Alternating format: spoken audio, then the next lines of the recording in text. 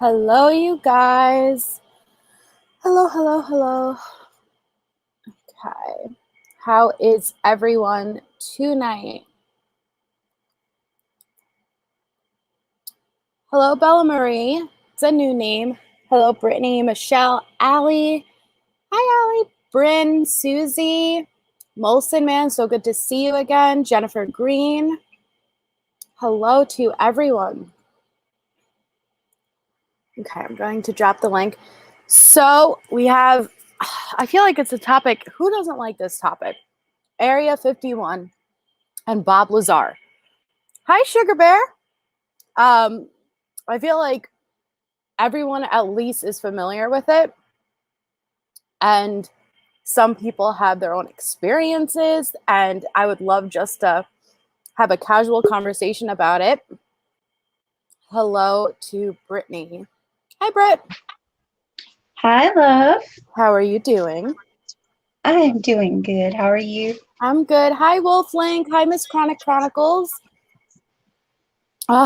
So what night? I don't even know what day it is. It's Thursday, right?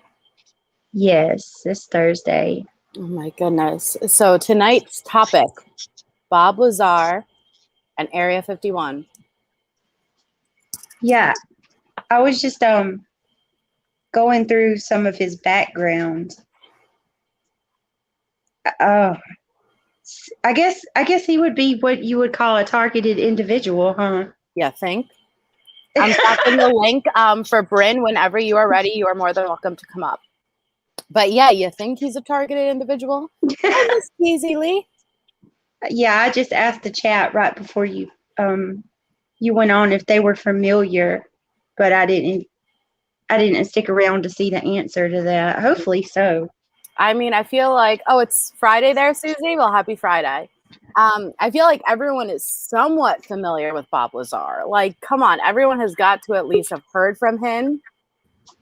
Hello, Bryn. Oh, damn.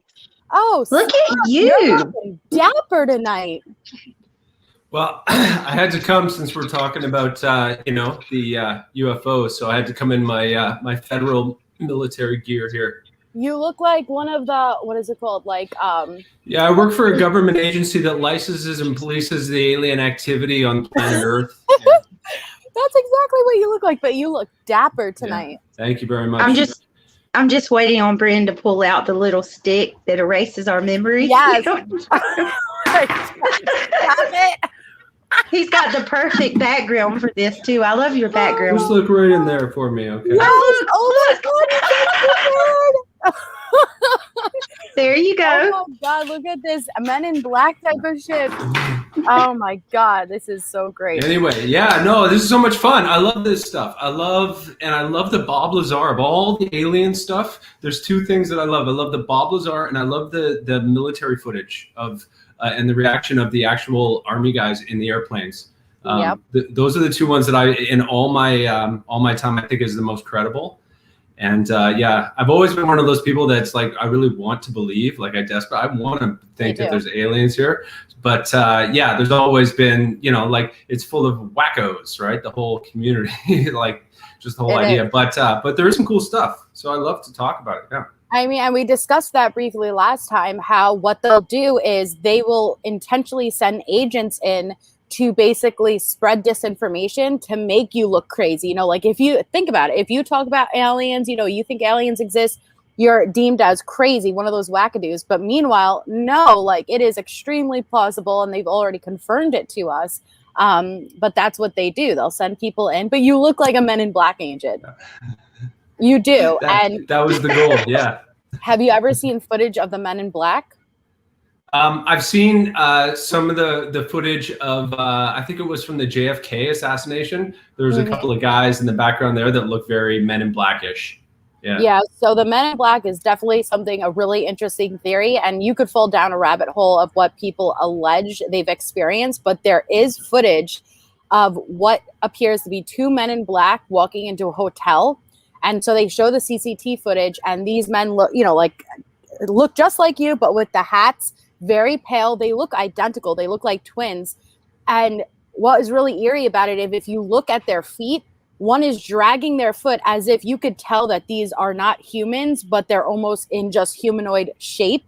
And the encounters that these security guards and people at the front desk had with these, because it was right after the night before one of the employees witnessed something on the roof of the hotel. And then these men in black come, and it's the theories and the testimonies are so eerie. Okay. I find it easier to believe that now. just from thinking about all this screwed up shit that the CIA does and that the NSA does. So if the government had an agency that was even less transparent than one of those, think about all the stuff that they can get up to. Exactly. Yeah.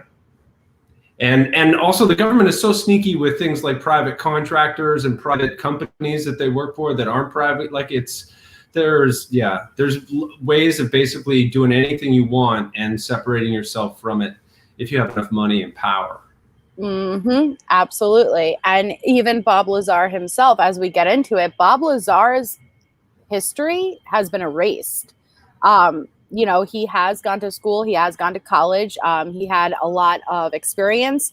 And we'll go through what exactly happened with Bob Lazar, but basically when he spoke out, from that moment forward, if you look up Bob Lazar, you can't even find birth record. Yeah, I thought it wasn't so much spoke out. It was after he got caught watching the filming the test flights, right? I think that's when they threatened him. Yeah, well, that was technically, I mean, he started to speak out with his friends at that point, because what had happened is Bob Lazar was hired on to work at Area 51. And just like Bryn mentioned the last time, is all of these projects are compartmentalized. So you don't know anything outside of your job. All he knew is that he was working on these spacecrafts of a different origin, and basically he was hired on to reverse engineer. So basically we have these spacecrafts, but we are not aware of how to even get it started. It's like putting a car from today back in the 1800s. They look at it like it was crazy. So his job was to figure out how to reverse engineer and figure out what kind of technology these crafts were using. When you're working in those types of projects, you need to make sure that you have a very steady, consistent home life, because anything at home that can trigger you is a liability at work. And they had tapped Bob Lazar's phone lines, and they had found out that Bob Lazar's wife was having an affair. So they started getting concerned and worried, and Bob Lazar was starting to pick up on that. He didn't know at that time that his wife was having an affair, though. So they were taking the proper steps to most likely let him go, you know, release him from his position. But he thought, I'm going to get killed. You know, like they're all of a sudden doing this shady stuff. So what he did is he knew every Wednesday at a certain time at night, they were testing these aircrafts at Area 51. So he told his closest friends, and they went over on a Wednesday night, and they recorded it and they documented it, just so he said, just if I try to, you know, if they try to kill me or anything, you guys know what's going on. So once they figured out, oh crap, this, you know, he ran and they got this footage and he's told all these people, they erased him. They just totally wiped his whole background. So now anything he says from this moment forward, well, how do we verify it? You went to school for physics, you're an astro engineer, you're this, you're that. There's no way, you don't even exist technically. So ever since then, everyone has deemed Bob Lazar a wackadoo and this conspiracy theorist. And it wasn't until later on that element 115 was finally added to the periodic table, that element that would generate these crafts. As he reversed it, he kept saying the certain name of this one element that didn't exist yet. And then long and behold, it now exists. And that's exactly what it does. It's an anti-gravity element where with enough of it, it's able to produce some form of a propulsion system and make these crafts go. Yeah, that's interesting. I heard about the element 115 because it has a I forget the name of it. It sounds like a disease, but I can't. Yeah, I'll figure it out. Yeah, but it has like a half-life of half a second, so it's only there for a really short amount of time. And and the way that he explained the whole idea of the propulsion was it was about gravity, right? Anti-gravity. Anti-gravity. and the whole thing about space travel and that is that gravity, space, and time are all the same thing, right? So not only are you distorting space, but you're also distorting time. So this is they just haven't figured out how to use the properties of this element, which was something like 15 or 20 years after that he had, well, that he didn't discover it, but he had learned about it there. But yeah. And so that's super interesting. That's the thing about Bob Lazar is there's stuff that really checks out. There's they have ex-MIT professors that have written affidavits saying that I remember him in my class, and he wrote the essays and he wrote the papers, and I think there was even one guy that even had a paper that he had written or had co-written on it. But yes, it's really interesting. You see somebody and all of a sudden you can't find out where they went to school. There's no record of them anywhere. Yeah, it's kind of weird. And the element is called Unipentium, aka element 115, which again, back in 1989, when Bob Lazar came out with this, and he was talking about, listen, we don't know exactly how these crafts are engineered or how they fly. There's no visible form of propulsion, but they eventually did figure out, well, it was this element that was unknown at that time called Unipentium. And it wasn't until like 20 years later, like Bryn said, that they were finally able to add that to the periodic table. They were just discovering it. Meanwhile, no, 20 years prior, Bob Lazar is the one who was outing this and telling everyone about it. One of the more recent things that they discovered I thought was really interesting, even in his very early interviews in the 1980s when he's all shadow covered. And just so I saw Bella Marie's comment, the Netflix documentary, I thought the Netflix documentary is great with George Knapp. If that's that one, that's excellent. Also, he was on Bob Lazar tells the story also on Joe Rogan. And I love that. Yeah, it's a really interesting back and forth because Joe Rogan is kind of like, yeah, he really wants to believe. Anyway, so early on in his explanation, he talked about going into one of these, it was S4, right? That's how compartmentalized it was. He wasn't even in Area 51. He was in a compartmentalized area of that area, right? Near one of the lakes and or the dry lake beds. And he and to get into the building, he had to put his hand on the scanner. And he described the scanner in like the 1980s. And everyone thought it was crazy because it like measured the bone in his fingers, and no one had ever seen it or heard from it and thought it was nuts. And then they actually found it in an old CIA bunker, and they pulled this thing out and they took it, and it was exactly as he described, a hand scanner that was meant to like it was biometrics before biometrics even existed. Exactly. And that was another thing that's super credible because that's like no one had been able to do that. So back in that time, nobody heard about this stuff. Like, again, it's trying to predict right now of something that's going to happen 20, 30 years from now. And, they call you crazy. And then everything he claimed ended up being legitimate. The same thing where he's like, if you look from a drone or an aerial footage, he's like, you're not going to see these places. He's like, it is literally carved on the side of along a mountain where all of a sudden you wouldn't know until you're up, and then all of a sudden these doors open and you go in and it's all underground bunkers. Yes, I agree. A51S4, Bob Lazar, yeah, he's legit. There's definitely a lot of stuff that's legit, and the way he tells his story is it just seems very convincing. So he's either like a superb liar or that there's some real truth to what he says. And that's what they said. I mean, in reality, a lot of people come out and talk about his past. He's lived a colorful life, right? In 1990, he was arrested for running a brothel, with his girlfriend, and then he was arrested for, dealing chemicals across state lines, which he said was a total setup that actually come in to look for that element 115. They thought he was still working on it. Because he did admit that he smuggled out a small portion of that element so he could do studies on it in his own lab, and they did raid his place. Yeah. But you do got to remember too, they will go after you and frame you for certain crimes just to destroy your reputation even further. But I wanted just to add to what y'all were talking about, some of the claims he made. He claimed that he read a bunch of documents stating that we were in touch with aliens for like 10,000 years now. And with the Greys, I believe, wasn't it the Greys? The Grey aliens? Yes. Yeah, I just wanted to make sure I was right on that. But yeah, so he claimed that he read all these undercover documents and stuff, claiming that we were in touch with him and that he seen the craft that the Greys used to fly in or whatever, and it was like child size. Yeah, The seats inside of it. that's where I think that it might not be the classic Greys that people think about, because I think it might be one, and we talked a little bit about this, I think the last time I was on your channel, about being these sort of bots, these biomechanical bots that might go in, because they were, really small, and also, like, you know, they would have to, you know, still travel huge distances, and you know, there was no sort of they could see any like form of living space or any of that kind of stuff. Like we said, it was all just plain.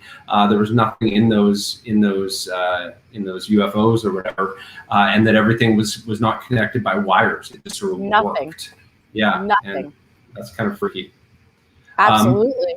But it makes sense. And see, the interesting thing is that he's smart enough in the science to know that if you're going to have something that's going to travel that rate of speed with that kind of agility, you would need something that would actually warp space and time, right? So this anti-gravity thing, literally creating a gravity wave or gravity, you know, whatever he calls it, right in front of you, and you're essentially falling through space as it creates a distortion. Because he talked about the actual, there was distortion on the bottom. Do you remember that? I don't remember that specifically. So basically, you got to look at space as it's synthetic, it's flexible. So say this is space, you know?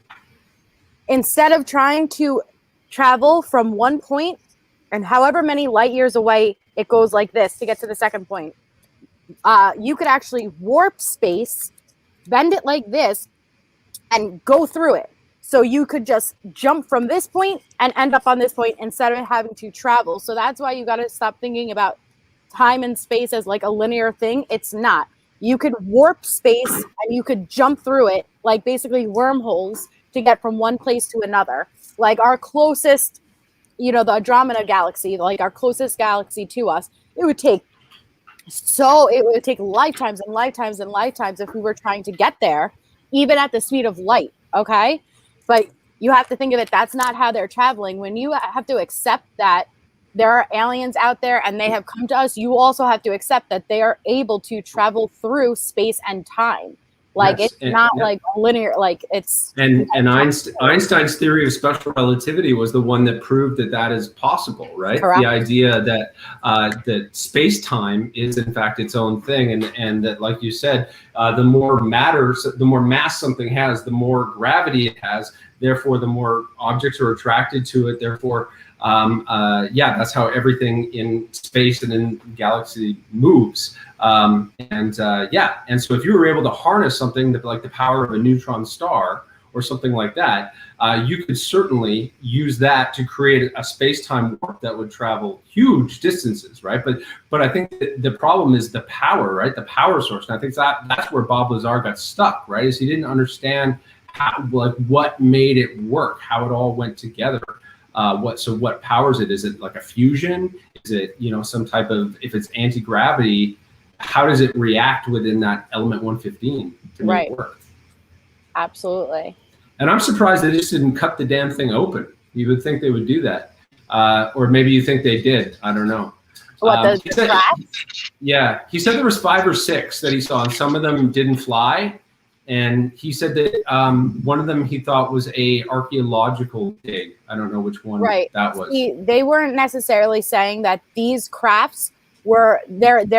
You have to remember, everything is compartmentalized. So when he is working on one craft, he is working on one craft alone, and that is his job. He's not supposed to know what's going on in the next room, or he's not even supposed to know what the guy next to him job is on the craft. Bob Lazar was specifically how to reverse engineer and what propulsion form were they using. But he said some of these crafts were very, very old crafts that were already here on Earth. Hey, YT segments. So it's not like these just very much crash landed now. This is some type of technology that was already existed here on Earth. Do you guys think there's still alien life still being preserved at Area 51? No, I think they use Area 51 for whatever they're using it for, but that is not their main headquarters anymore. They would never have a liability like that whatsoever.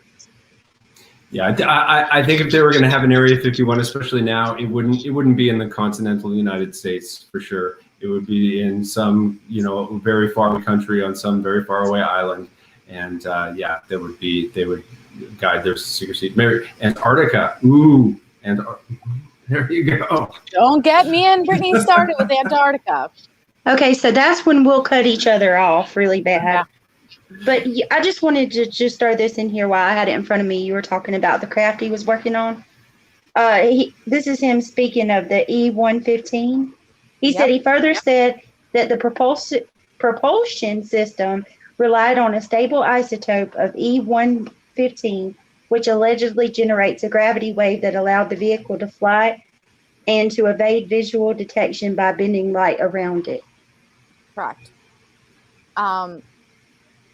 And people need to understand, because Bob Lazar claimed that he read U.S. government briefing documents that described alien involvement in human affairs over the past 10,000 years. So if we had this type of technology back in the 1980s, like he's talking about, like you had, you know, like before going into work, he would put his hand, just like Brennan said, up against the mechanism that scanned his exact bones, his DNA, to make sure it's him that's actually going in. You have to take into account for the natural evolution of technology.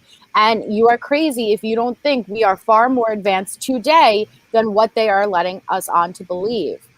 Yes, absolutely. And I totally believe that, like, another thing that he says makes sense, because he ties it into gravity and then he ties it into light. He says that the light was distorted, right? Well, light is very easily affected by gravity because, you know, light isn't very heavy. That's why they call it light, right? It's not, but it can absolutely be affected and go through. So yeah, I think it was another thing that just went, yeah, that makes sense in this science. There's not these gaping holes like you often see in some of the stories that you hear about, where you're like, well, how does that work? It all seems to be based around this one thing that he just kind of couldn't crack. Hey, Lynn. Mm-hmm. And it all comes down, if you guys didn't remember from the last time we discussed the whole double slit experiment, where light is not a wave nor a particle. It is all, it varies depending on the observer, which is absolutely crazy. Well, what do you mean? This is the reality, and you would assume this is it, no matter who's looking at it. No, what's going on around you and the reality depends on the observer. So when they do that double slit experiment, is it a particle nor a wave? No, it is both. It's basically in this standstill position where it depends on the onlooker. It depends on the person observing it to determine whether it is a particle or a wave. It's like the Hicks boson particle, right? Where it keeps coming in and out of this dimension. And they thought it was disappearing, correct, but it really is not disappearing. It can't. It's actually going somewhere else. We just can't see where it's gone. So they have to postulate that it's gone either somewhere we can't perceive or some other type of dimension. Absolutely. Yeah.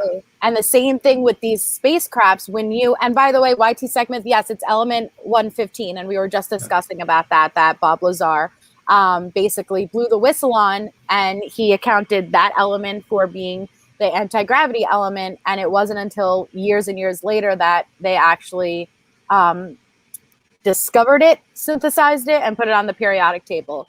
But it's the same thing with these spacecrafts. Whenever you have people's testimonies of seeing UFOs or anything, a lot of times they say it's either flying by extremely fast, or it comes to a complete standstill, or a lot of times it comes in and out, where all of a sudden they'll see it, then it'll just disappear and it'll come back into frame in another place. Well, that makes you question, is it coming in and out of our third dimension? Because you have to accept we are three-dimensional beings. But there's, like I've said many times, there's at least 21 different dimensions currently happening. So how do you know that something is not just occurring in a different dimension that we are not aware of?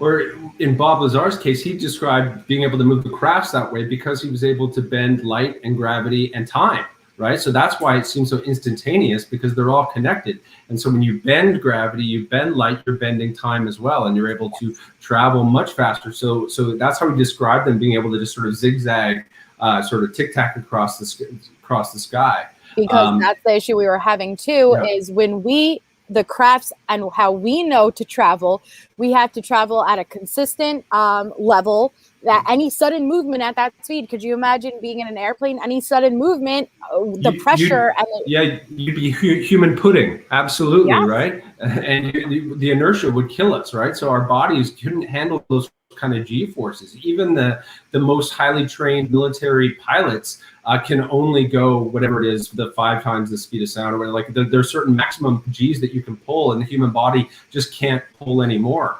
And that's not nearly as fast as these things are supposed to be going, right? Not even by a small amount.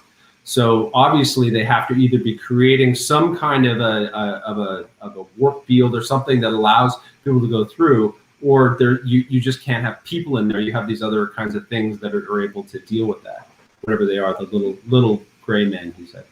And the few videos of these crafts that the government is slowly leaking to us, they are slow. If you put on the news today, they will have up, like the Navy or whoever, just the Air Force was able to pick up, and they had their, sights locked on this target, and we are not aware of what it is.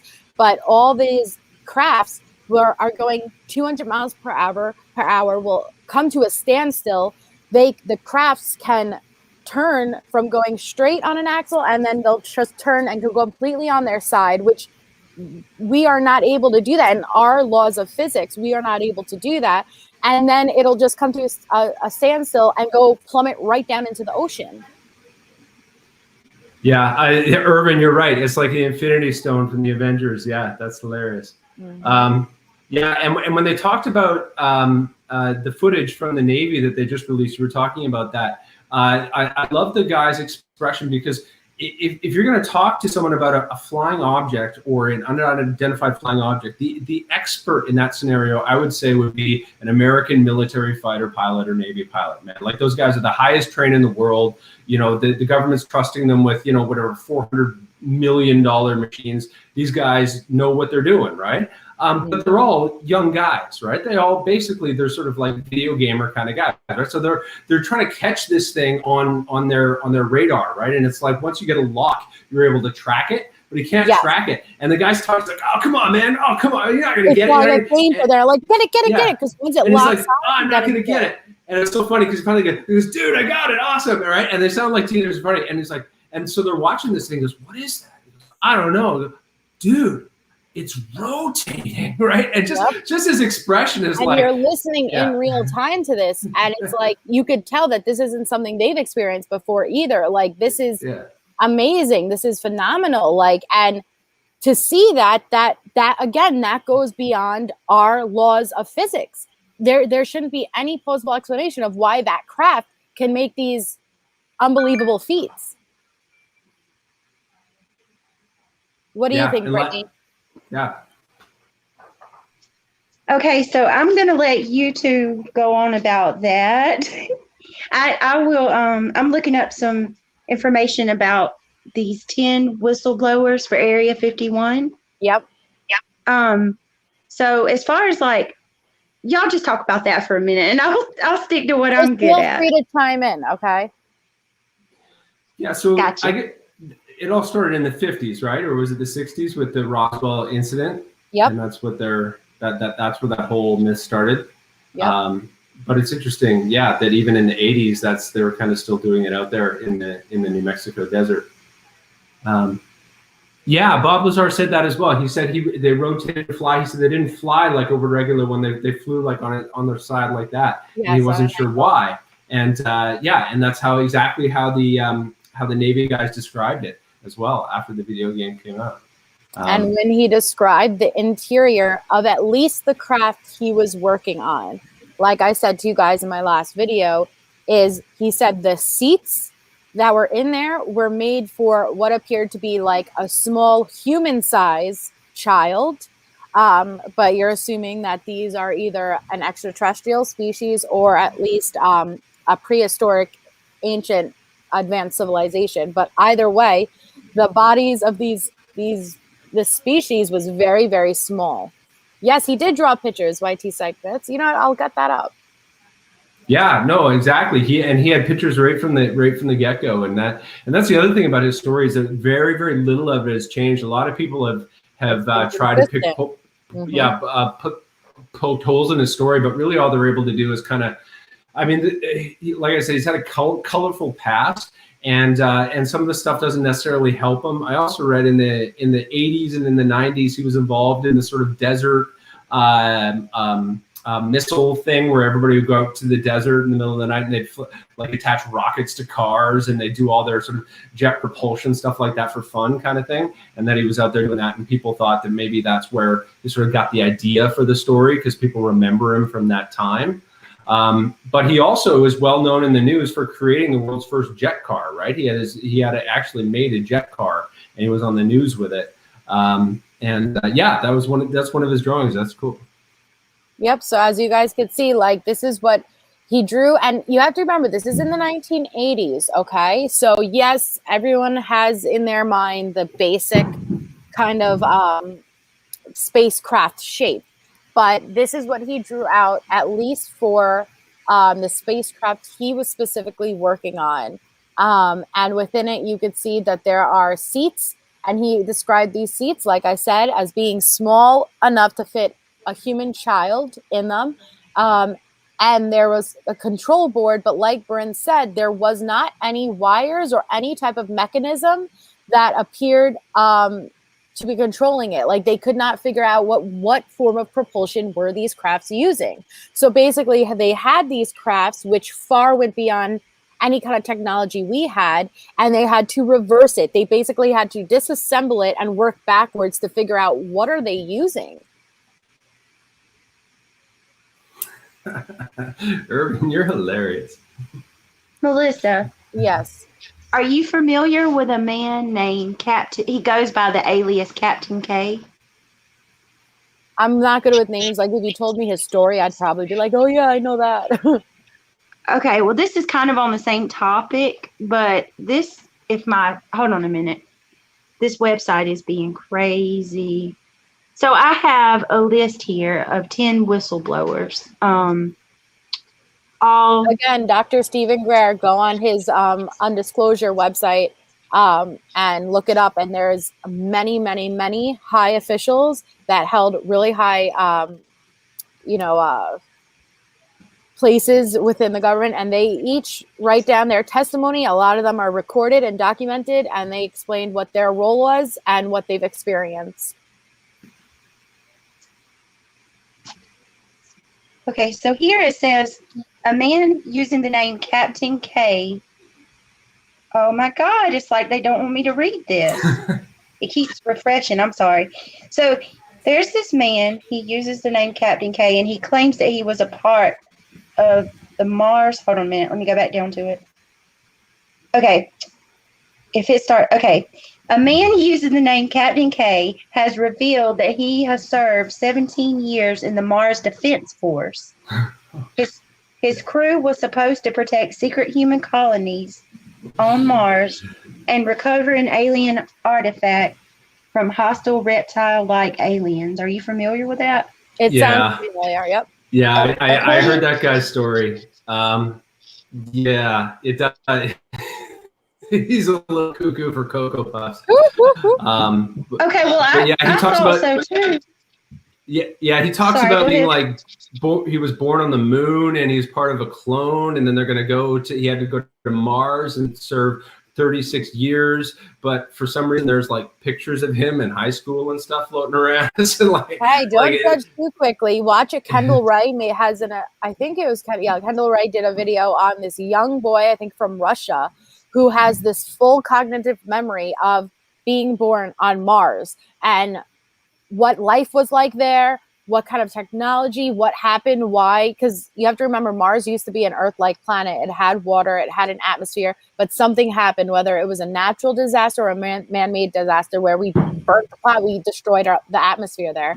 But he has full cognitive memory. He even says that there are still beings still on Mars. They just live underneath the surface because obviously the atmosphere is destroyed. And it is extremely interesting. And I suggest anyone go check that out. But Sorry, Melissa, to post again, but where does anyone theorize where the laws went? Okay, we'll get into that, Molson man. Okay, so even if he's cuckoo for Cocoa Puffs, this Dwight Eisenhower's great-granddaughter says she confirmed that the Mars colony story wasn't a conspiracy theory at all. She was the target of a recruitment for a secret Mars colony project between 2006 and 2007. Mm-hmm. Laura Eisenhower has come out and spoken about a lot.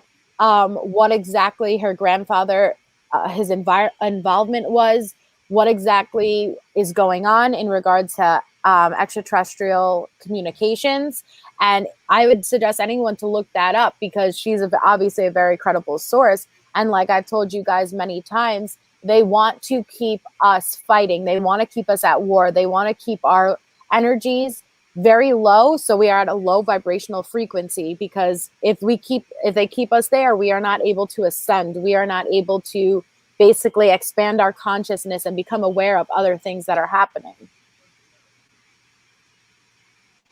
Yes, it is allegedly with Brittany J, by the way, YT Sykes. So I'm curious about Molson Man's question for you, Melissa. What do you think is up with the alien bodies today? I'll let you you go first. I have no idea. I think I think they're in a deep dark vault somewhere in a very, very locked vault. Yeah.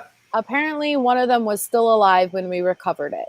Okay. All I know is let me pull up that, because when Roswell happened, okay, there was allegedly the craft and there was allegedly the bodies. And the next day, they come out with the front newspaper that, it was just a weather balloon. Look at this. And they have this flimsy, tinfoil, looks like. And obviously, the fact that people even accepted that as an answer is beyond me and crazy. But I guess this happened during a time where there wasn't that much, it's not like today where someone could really look it up or document it that much. But to say it was a weather balloon, hold on. What did I just forget? Okay, Roswell. I can't believe that was ever an excuse that they gave. I know. Yeah, all the things they could come up with. Also, they used to say swamp gas a lot. Wow, you probably saw some swamp gas. Swamp gas. It's always a weather balloon with swamp gas. Yeah. I remember seeing that on the Discovery Channel one time, and I fell off the couch laughing. Mm-hmm. So this is the photo they took, basically saying, you guys, this is the wreckage that we pulled up. Do you know how big that wreckage was at Roswell? This is what they say that they pulled back up. It was just a weather balloon, you guys. It was just a weather balloon. Are you kidding me? Of course they're going to tell us. And guess what? We didn't fight back. We didn't say a peep. Why wouldn't the government stop lying to us when we just accept it? Apparently, it depends on what rabbit hole you want to go down. There, again, you could look up Dr. Stephen Greer's website, and there are testimonies of people who did work directly with the Roswell crash. And a lot of them claim that one was survived. They would have some form of communication with it. A lot of times they say it would be telepathically. They said, we don't understand how we were able to talk to them. It's not like you kind of almost hear them in your own voice the same way when you think. And it would also be an expression of feeling. So it's not like they could just talk to you. You could understand through feelings. That's what they would claim. And one of the people claimed that alien was working with them throughout the government, in the government undercover the entire time. And as far as the bodies go, what do you think we did with them? Science research. We absolutely, it depends on how far you want to go down, because there's this another guy who has claimed that he has done many medical procedures on many different type of alien species. They will come in. It's never usually a whole alien's body. It is usually a part, and here comes the compartmentalized stuff again. You will never know what part it is. You will never know from what species. This is what you're just given, and basically figure out the DNA, break it down, figure out everything you could know about this, hand it in, and keep your mouth shut. They describe at Area 51, basically walking down a hallway. You have to follow. There's like a blue line of tape along the hallway floor and like a red line, whatever you are meant to follow. So if you're only supposed to follow the blue line, you have to walk directly along that blue line. If you're supposed to follow the red line, you walk on that red line. You are not allowed to even take a step off course from where you're supposed to be. But Bob Lazar has claimed that, you know, along that hallway walk, he has looked in to other rooms, and within those other rooms, he has seen at least 5 different spacecrafts. Melissa. Yes. You remember two, maybe even the last live we done, or 2 lives ago, I told you about that whistleblower that I couldn't remember his name to save my life. Mm-hmm. I found it. It's Phil Snyder. Phil Snyder. Have you ever heard of him? Yes, I've heard of him. Do you believe? I believe him. I believe him. That's not Area 51. That's the Dulce underground bunker in New Mexico, but it's the same thing. Aliens, aircraft, experiments going on all day long. I'm not going to change the topic, but no, it's okay. Talk about him. Are you familiar with him, Bryn? No, I'm very interested though. Okay, so Phil Snyder. Better. Phil Snyder, an explosive engineer who worked for the U.S. government with high-level security clearance, claimed that in 1979 he participated in the building of a secret underground base in Dulce, New Mexico. It is here that a horrific battle played out, leaving 60 humans dead and countless subterranean aliens fighting for their life. So this man claimed that he got into a battle with all of these other soldiers against 3 different species of aliens, and that they were using special laser technology to fight with, and they blew, I think, 1 or 2 of his fingers off. And this man he went around for years telling his story, and he was targeted by the government until finally, I think they got him. Like, he died a few years back. I'll have to look up. He was assassinated. Huh? He was assassinated. Yeah, I just didn't remember the details of it. Oh, thank you for coming, Susie G. I love you. I have a great weekend. I will talk to you later. Bryn, you have to look into that one and get the details on it.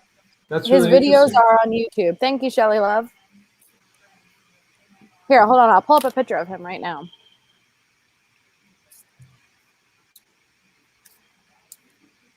What do you think about the Roswell crash, Bryn? I think it's very interesting. It's hard to say. I think what people don't understand, I know my kids don't understand because they grew up with the internet and they grew up not trusting media or anybody, basically. Right. So back in that time, like in the 50s and 60s, if something was written in the paper, you believed it, right? If your mayor said something, they were a good guy. The mayor, you believed the mayor, right? Because they went to church in the past. Like it was a different kind of time. And I think people were much less skeptical, much less likely to ask questions. So I think that the government was able to hide a lot of shady stuff. And I think this is one of them. So I'm not entirely sure what happened there. I don't know if it's necessarily a crash or maybe an explosion that wasn't supposed to happen when they were trying to get something to work or whatever, something like that. But I'm pretty sure something happened that wasn't the weather balloon, and I'm pretty sure they covered it up. So I don't know. Well, as you can see, Phil Schneider, and anybody can YouTube this. His speech is on YouTube. But as you can see on his right hand, you see how his fingers are completely gone. And he also lifts up his shirt at one point during this presentation, and he has this insane wound on his stomach. And what he alleges and what he claims happened, it's mind-blowing. And yeah, exactly what you said, Bryn, like it's a different world today than it was. We have technology, we have access to these types of things, where mainstream news, we don't need mainstream news anymore. And we are able to prove that they, just leak out little bits of truth within all the information that they give to us. But they have brainwashed us to believe anybody who speaks about aliens or anything like that they're crazy. But in reality, they're just not putting it on the big news stations. They have been leaking out this information slowly. There have been many CIA documents released. Like, they've been doing this, you guys, for a long time. Like, they've had this technology for a long time. And Molson, man, feel free to come up if you want to talk about Roswell. I think my theory on Area 51, I just looked into the whole Aleister Crowley thing and learning that he supposedly created the portal there before they built the base around it. To me, that opens the door into spiritual, things happening and taking place. So, but with the wreckage or whatever, the Roswell whole situation, sometimes I just wonder if that was like, you know how you said those little creatures are, what did you call them? You said that they're like AI? They're AI. Oh, yeah. Yeah. Biomechanical drones or biomechanical bots, some kind of thing. Okay, so was it them that were supposedly in the aircraft? We don't know. I only know what basically I fell down such a rabbit hole, and so I only really know what I picked up. If you have done a lot of research and covered all bases, you'll figure out that you'll see some consistencies wherever you go. That's what I try to keep an eye on, the consistencies. What is kind of the same thing in everyone's story? And the same thing in everyone's story is that these small grays are not the actual species. The same thing, if we found life on another planet, would we go do all the work? No, we would send, and we already are on our way with AI. Look at the amount of AI that we have today. If we were able to send bots the same way we have the Mars rover on Mars, we're not there doing it. Okay, we have a freaking helicopter on Mars. Yep. Okay, so yeah, but what like I said, it depends on how far you want to go down the rabbit hole, because some of these high officials claim a lot. They claim that if you will go into what appears like an elevator like thing, stick a key in the hole, and the doors will open and you will go out onto Mars. You will go out into a different space and time, like a different place. It doesn't have to be now. It could be in the past. It could be in the future. Because again, time is not a linear thing. And again, you could bend it. Okay. So say you think of time as linear. This is past. This is current. This is future. If you want to bend it, you could go through it and end up at a different point on the timeline. But that also starts with the theories, okay, well, now you're branching out and making a new timeline. You were once along this timeline, but the moment that you jumped to a different point of space, it branched off and became two different timelines. And this comes into like the multiverse theory and alternate realities. They do a really good job of sort of explaining that. There's a movie called Arrival. Have you seen that? With the circle, there's a circle of time that's traveling, and it's really very interesting. Oh yeah, well, karma's a bitch. Nice name, CERN. Absolutely. What is CERN doing right now? They are smashing particles together at the speed of light, trying to create black hole, which is an extremely, extremely dangerous thing to do, because we don't know. All we know is at the center of a black hole, time ceases to exist. Try to get your mind to wrap around that. Yeah. Time ceases to exist. So basically, let's theoretically play around and say, this is how Neil deGrasse Tyson explained it, and I'm not going to do it justice, but do Neil deGrasse Tyson impression. Yeah, I'm going to try. I need like a flamboyant tie and shit, but what's it called? If you were survived and you went foot first into a black hole, it would stretch you out so long. Like by the time your foot got stretched out, it would break you down molecule to molecule, quart to quart, which is the smallest particle that we could know of.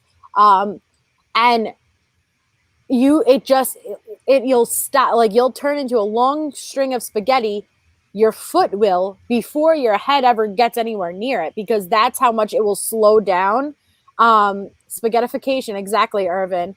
But once you get to the middle, time ceases to exist. And that's like a really hard concept to try to get your brain around. Like, what do you mean time ceases to exist? But you have to remember, time is a man-made concept. Time is something we as humans created just so we could try to get a routine better and make sense of things better. We know that the earth rotates, to where the sun rises and sets within a 24-hour period. So we started using math and making some sort of sense out of the nonsensical, but the time doesn't exist. So what does that mean if you do enter a black hole?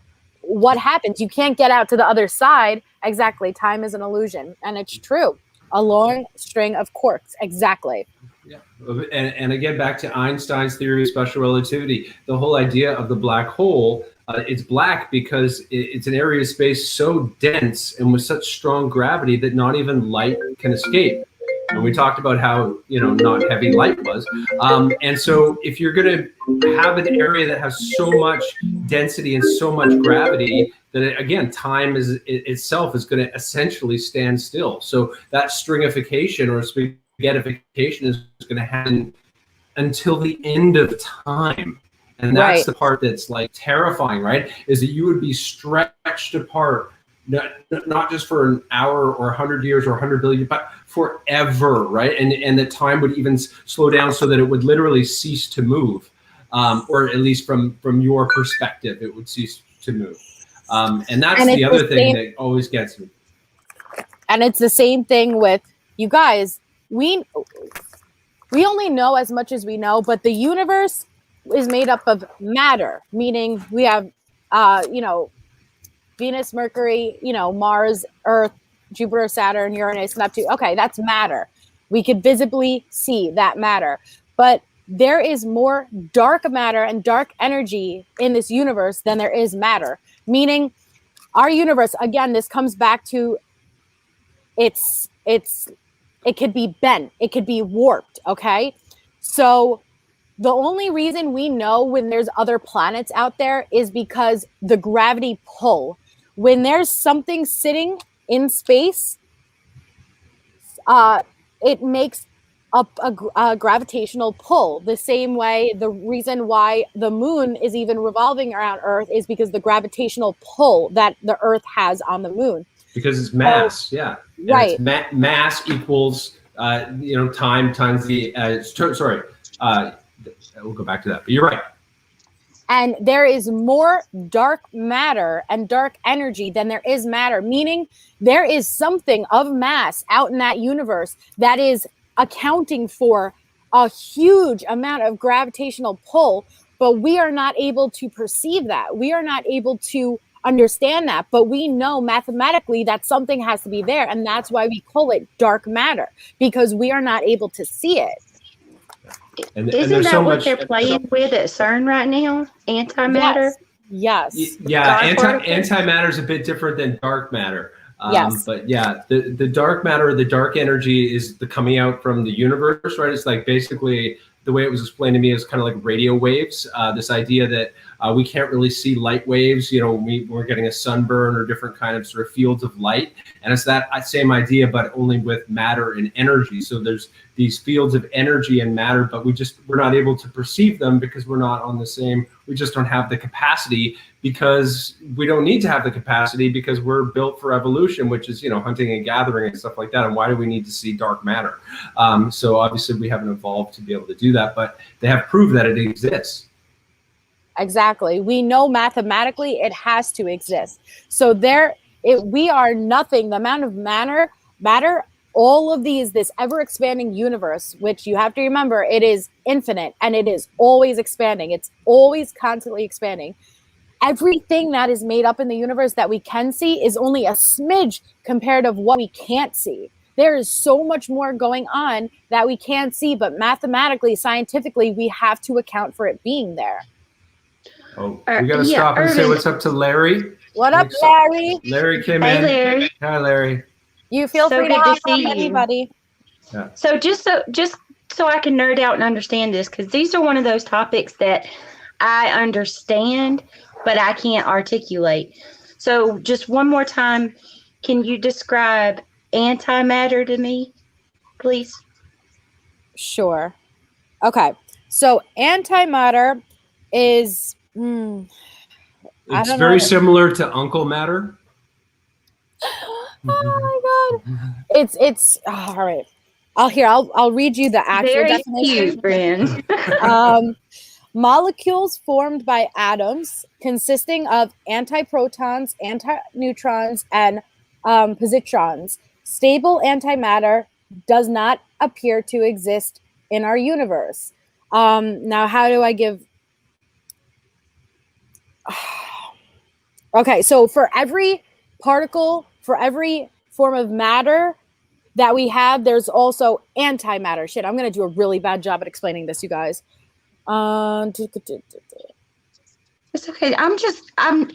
This CERN thing really gets me. So that's the only reason I'm asking. I want to make sure I have this right, because I've looked into it for a really long time and I'm still Yeah, so CERN is that the high energy particle not accelerator, sure I got right? it. And the idea is that Right. they want to spin these particles around super, super fast and then slam them into each other and kind of look what happens, right? You recreate the Big Bang theory, basically. The Big Bang.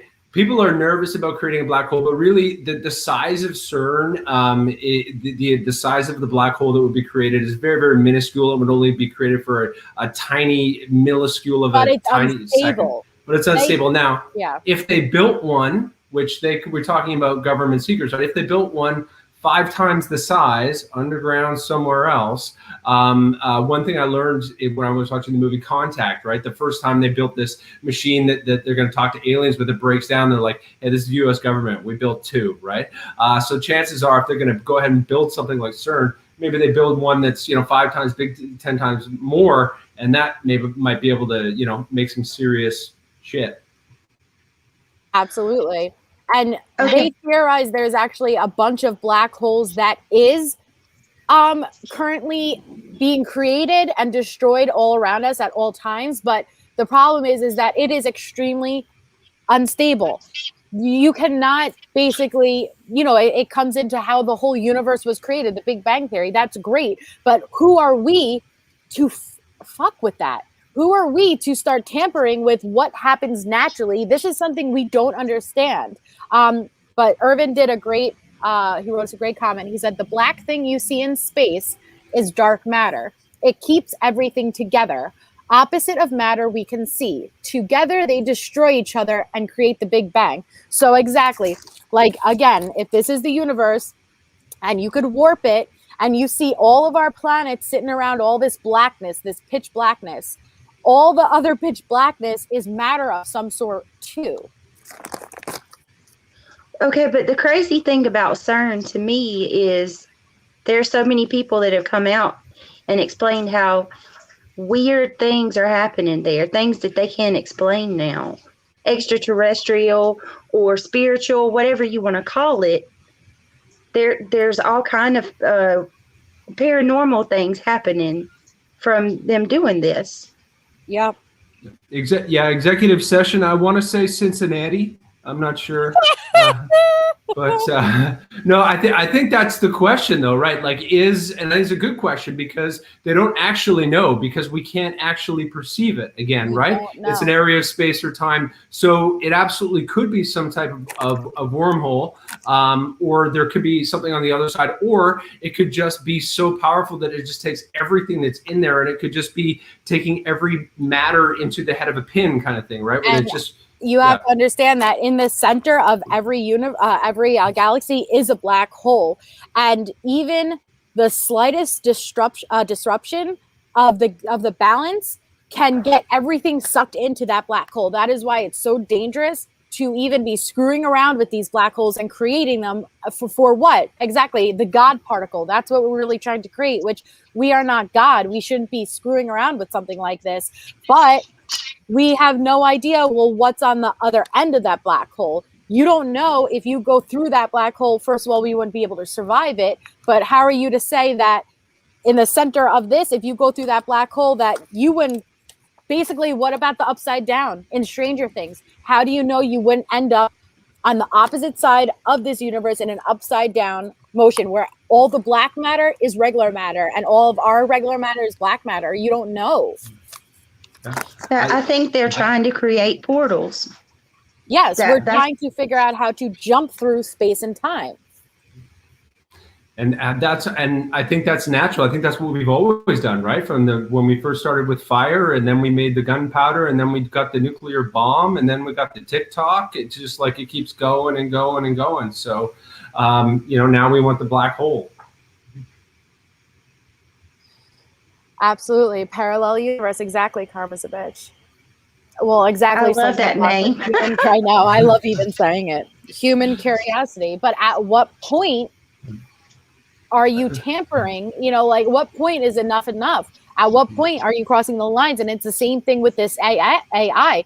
A lot of people feel very uncomfortable with creating these robots, which appear to be human, talk like human, can think like human, but the technology that we're creating, they're going to surpass what humans are capable, and they could end up taking over. I feel like there's a great video of a bunch of army guys sitting around in Africa, and a chimpanzee comes in and grabs one of the weapons, and he starts actually firing it, and the guy's like, ah! And I feel like sometimes that's kind of like it is. We're really these monkey people, and we sort of somehow come across this stuff, and we have no idea the power of some of the things we're doing. We're just sort of running around doing our thing, and we're going to kill somebody. Well, that's a great question, Melsa Man. He said, let me ask this, and it's kind of off topic, but what do you think happens when we die? And all we do know is matter cannot be created nor destroyed. So we are basically just vessels. Yes, we have this physical vessel that during this lifetime we are using, but what happens when we do pass over? Where does your energy go? I like that your father said when we die, we become black matter. And it comes into this whole reincarnation thing. Do you think that your energy is just taken and put into another form of a vessel? We don't know. Hello, Teresa. It's so good to see you. Molson Man, I don't know. I'm thinking again, Cincinnati. That might be where we go. You're thinking we go to Cincinnati? Yeah. Look, imagine we figure out how to get through wormholes. We make our way all the way there, and at the other end, we come out in Cincinnati. Yeah. When I first learned about CERN, I just assumed that was the only collider we had. But aren't they like all over the world? No. Like we have several? I think we might, but no, because it's super big, right? It's like a giant complex. This is it. You guys, look, I have it on the screen. This is CERN's Hadron Collider. But the distance that it goes around is like hundreds of kilometers, right? So it goes around, and to make one bigger, you would need one that goes like tens of thousands of kilometers. So it would be sort of cost prohibitive, or you'd need a very large construction crew to create one large enough. Unless they're able to sort of superpower this one. But yeah, CERN is a bit freaky. It is absolutely a bit freaky. Yeah, I know there's not one like that, but I do think there's a smaller one somewhere, at least one. I could be wrong. I grew up in the 70s and 80s, and I remember having like real anxiety watching President Reagan on TV about nuclear war and like being freaked out about stuff like that. And then I had the same feeling when I sort of read about CERN. I was like, oh my God, right? This is something that we should not be messing with. Absolutely. And a lot of people, had a lot of issue with it, because at what point are you tampering with what we should be able to do as human versus you're acting like God? You're trying to play God. There's two things about what we can do and if we should do it. They're two different questions, right? Exactly. And then the rituals that have taken place around this thing, we talked about that before. Mm-hmm. It's terrifying. There was actually like a mock sacrifice outside of CERN that was caught on camera in like the middle of the night. I think I know what you're talking about. Like a human sacrifice? I don't think they really did a human, but they could same thing be with what was Alex Jones? I always forget what the name of that. What's the thing that Alex Jones exposed? Black choppers. I don't know. Aliens. Wait, Black choppers going into darkness. What'd you ask? What was the thing Alex Jones exposed? Oh, Bohemian Grove. Oh, Bohemian Grove. Thank you, Brittany. Same thing with the Bohemian Grove. You know, even though these elite officials were doing these sacrificial ceremonies of where they would sacrifice a young child, they wouldn't literally be doing a young child, but you know, in the image of a young child, where it would be, you know, a doll or whatever to appear like it was, but still it's concerning. That was called the cremation of care. Yeah, that's that ritual. But you know, Bilderberg is another big one that they do every year, this annual. Same thing with the skull and bones, everything. So, you know, but this is just simply what we have knowledge of, you guys. They aren't going to release like what they're actually doing and where technology currently stays and what we have. Again, why? Because of oil, because of gas, because of money. If we have the ability to use element 115, the same thing that Bob Lazar came out, and we are able to use this anti-gravity, no form of propulsion, well, then the economy is not going to be what it is. We should not even still be using gas cars. We should be way past that form of technology. And the same thing, war. When you accept that we have this type of technology where we could go through space, we could jump through time and space, you have to accept that we can't even keep ourselves controlled as the human race on Earth, and we are destroying this Earth. What makes us think we have the right to have that type of power? Yes, absolutely. I mean,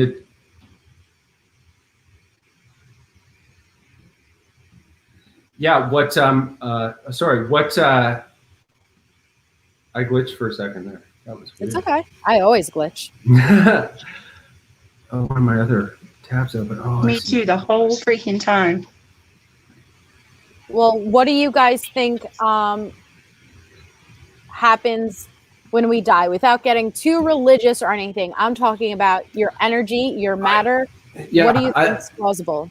I actually really like Neil deGrasse Tyson's response. I don't know if you heard that, where he just talks about like he doesn't want to be cremated. He wants to be buried so he could be absorbed and eaten back into the earth and produce life for the bugs, whatever it is. Because like you said, you know, we come from the earth, the food that fed our mothers that then, you know, created us, and then we go back to the earth to feed the earth and the worms that will feed somebody else, and that whole cycle. And just the idea of dust to dust, right? We become dust, and dust sort of gets picked up in the wind and floats along and passes along. That's how life sort of travels, right? So the whole idea of death being that move into another form of matter or energy, it makes perfect sense when we look at everything else and how everything else works in the universe, right?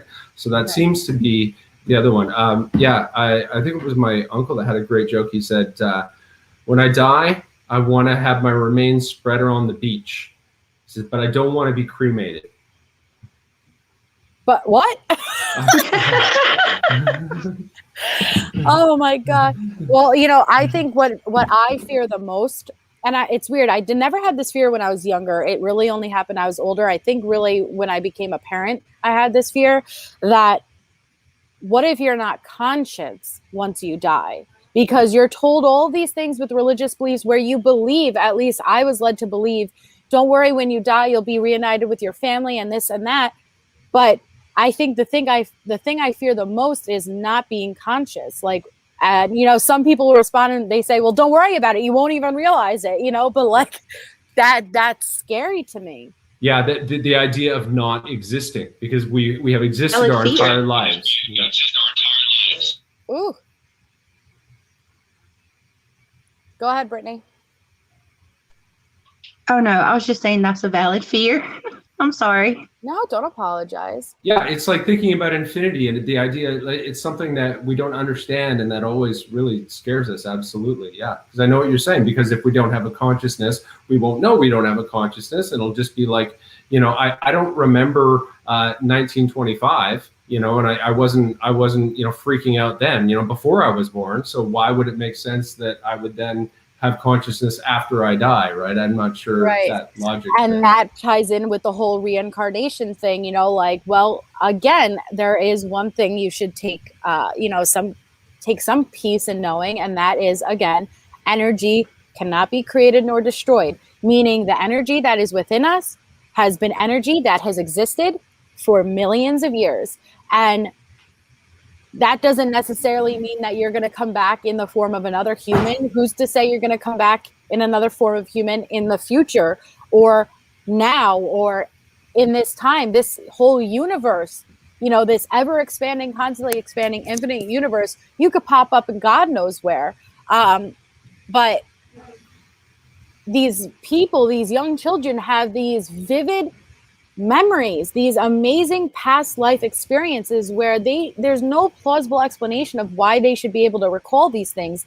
And a lot of times they are able to confirm. And I know one of the first lives I did, I discussed this little boy who had this overwhelming fear of towers. He's from a different country, overwhelming fear of towers and planes. And slowly, as he, you know, got a little bit older, he had more memories and more recalls, and he realized that he had this full awareness that he was this woman in the World Trade Center who jumped to her death.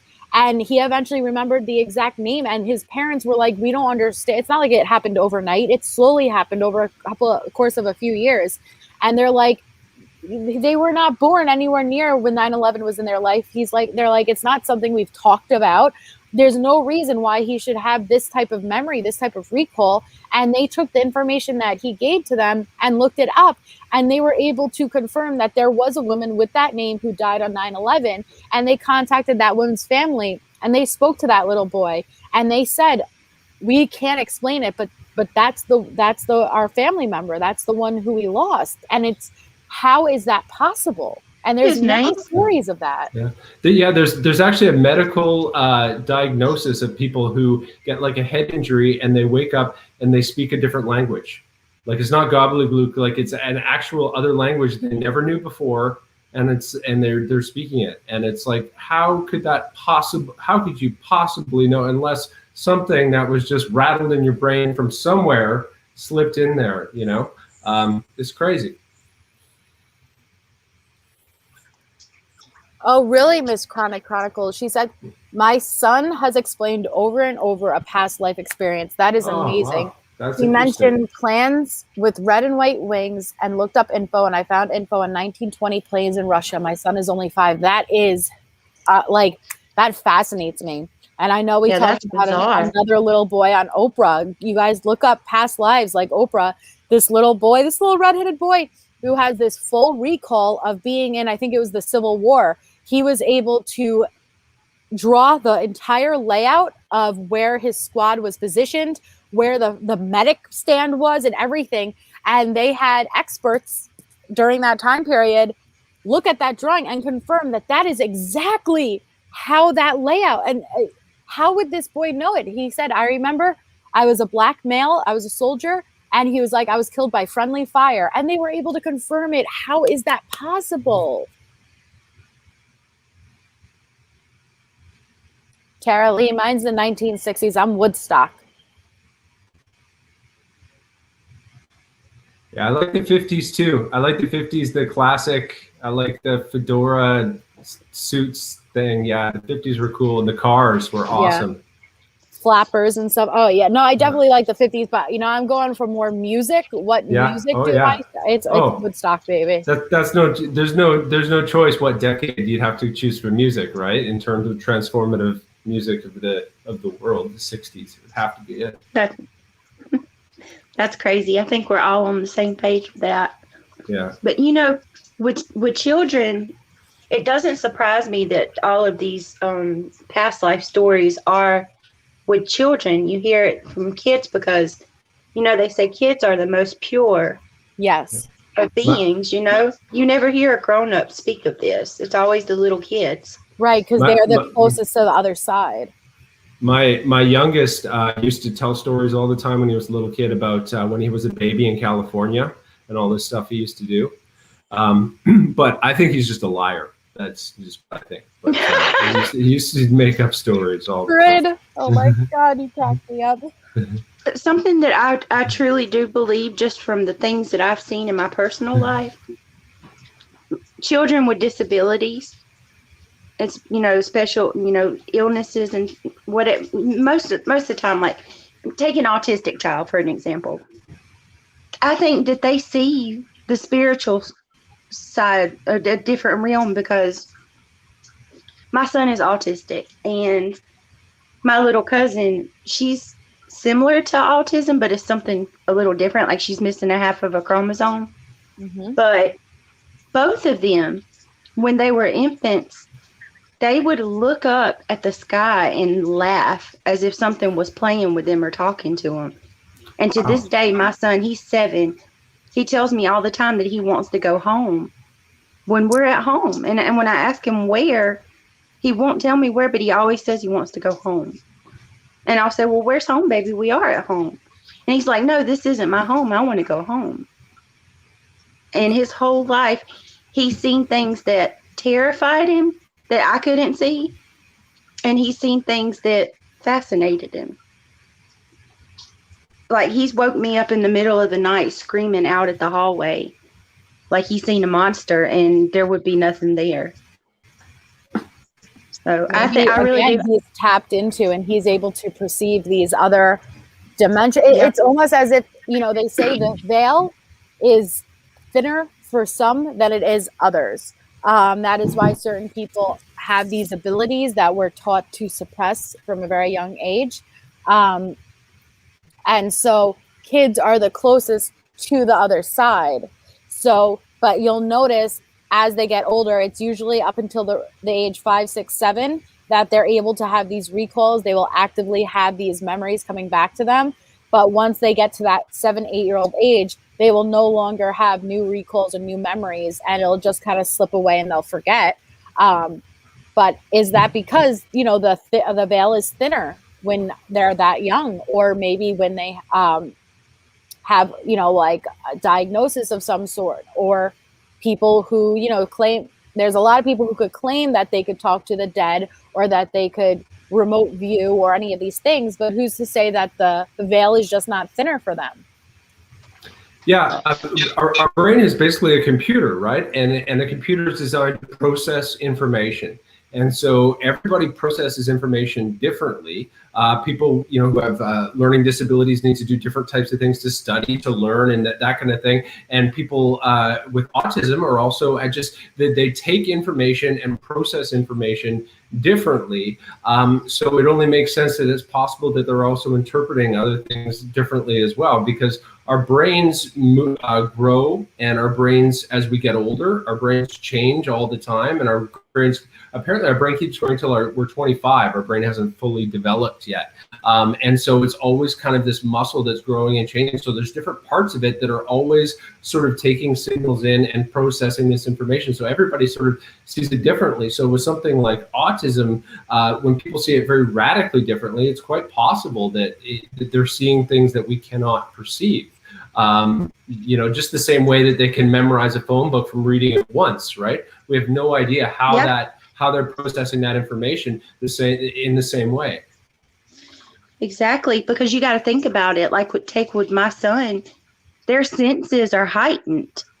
They're either dull or they're heightened. Mm-hmm. And so they would be able to tap into things that maybe we wouldn't be able, to do because we're different. But you're right. Their brains are fascinating. Like my son, he knows every flag of every country. Wow. He knows every planet. Honestly, they're usually a lot smarter than us. Yeah, he knows every planet in order closest to the sun, in order or whatever. And he knows all of the dwarf planets. I don't even know all the dwarf planets. I give him credit. I can name all the planets, and I could name a few dwarf, but I do not know all of them. Yes, and he Sneezy, knows grumpy, dopey, dog. Right. Like look at me, I can barely keep up with y'all, but there's something to this, and I'm not even trying to veer us into a different direction, but I love just it. to put it out there, it's fascinating to me that we're in a time where it's common now for autism. I think it's like 1 in 5 kids. Yeah. And I don't know, maybe it's just me and I'm biased because I have a child on the spectrum. Tara said, I have a son with a chromosome deletion. A psychic told me that he wasn't of this earth and was special and chosen, if you know what I mean. She didn't even know about his disability. See, Okay. Tara, your son has a deletion and mine has a duplication. And that's fascinating. Larry said, I had a friend that had a near-death experience in high school. He swears he left his body and even told us what we were all talking about in the waiting room. It always freaked me out. And that is a lot more common than you realize. And that kind of goes back into the astral projection and things that we've spoken about in previous lives, where your conscious energy is actually capable of leaving your body. You have to realize this is just a vessel. Your soul, your energy is not tied to this vessel. And there are people who have the ability to astro project and to be able to remote view and do all these amazing things. And that's why the entire question is what happens when you die? Like, are you consciously floating around energy? Like, are you able to have this out of body experience where you're looking down at yourself, but you're not actually connected to that vessel anymore? You can actually find footage on YouTube of what looks like people astro projecting, like just random people will catch it on film. And it's a figure of a human just floating across the sky, perfectly still. Yeah, Larry, I had a well, I don't know how near death it was, but I had a really scary experience when I was a kid. I've always been obsessed with magic, and I wanted to be like Harry Houdini, who is my hero. Hell yes. So one of my older brothers said, "Hey, you could practice doing your escape." And I said, "Okay." So they, him and my oldest brother, they rolled me in an old carpet we had down in the basement, and they took a couple of my dad's belts and they wrapped it up in it.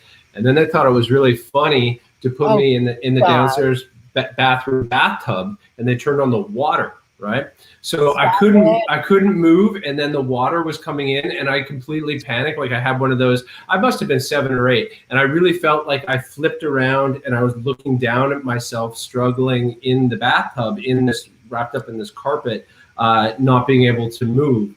And then my brothers started pulling me out once they stopped laughing, and then they started realizing that maybe it's not so funny once I stopped wiggling so much, and they pulled me out. But yeah, it was very scary, and you I hear told about on that them. a lot.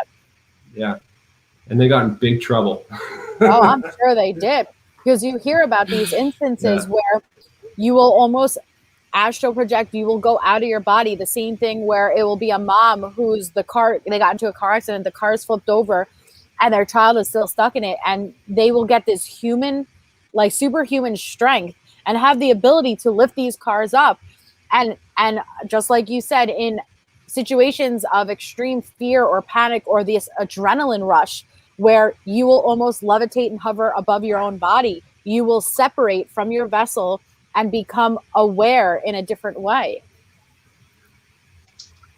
Yeah. If you've ever been in a car accident or seen been involved in anything traumatic, you know how time is relative and how time can start to move very slowly at times, and it travels and it's very interesting how your perception of time and space move differently, right? As you flip around and things. So. And that's where time is relative. Like you have those feelings of time slows down where you almost watch the clock go tick, tick, and everyone has experienced that at one time or another. And where you go again with the black hole theory where time slows down, time ceases to exist. And maybe that could put it in a little bit of an example for you, but on a grander scale. But go on, Brittany. No, that can't just be in our mind. There's been plenty of times where it felt like the day was far longer, or some days just fly by. Yeah, there's that great Albert Einstein quote that that if you want to spend an hour with a beautiful woman, it goes by in a second. But if you put your hand on a hot stove, a second feels like an hour, right? So you can, Yeah. Yep. And it's totally true. You know, some people theorize that time has sped up. Hi, Mary. Really? Yeah.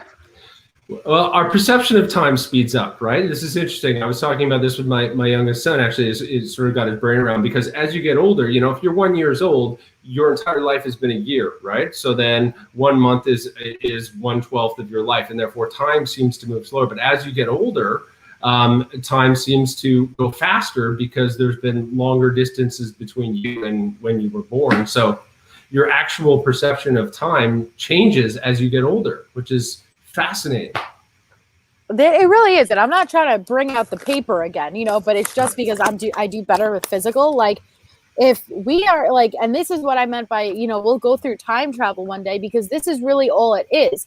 If space and time is able to warp, you know, and yes, you're going to run into the grandfather paradox. Well, if I go back in time and shoot my grandfather, then I'll cease to exist in the future. There are paradoxes where it doesn't, you know, like there are loopholes where it doesn't work out. But if you think about it, you know, like if this is now and this is the future, you are able to bend it and you are able to jump through it. And that really is how space works. You have to realize, if you Google this stuff or YouTube, it really is flexible. It's synthetic. It's to where it really can bend and it can warp.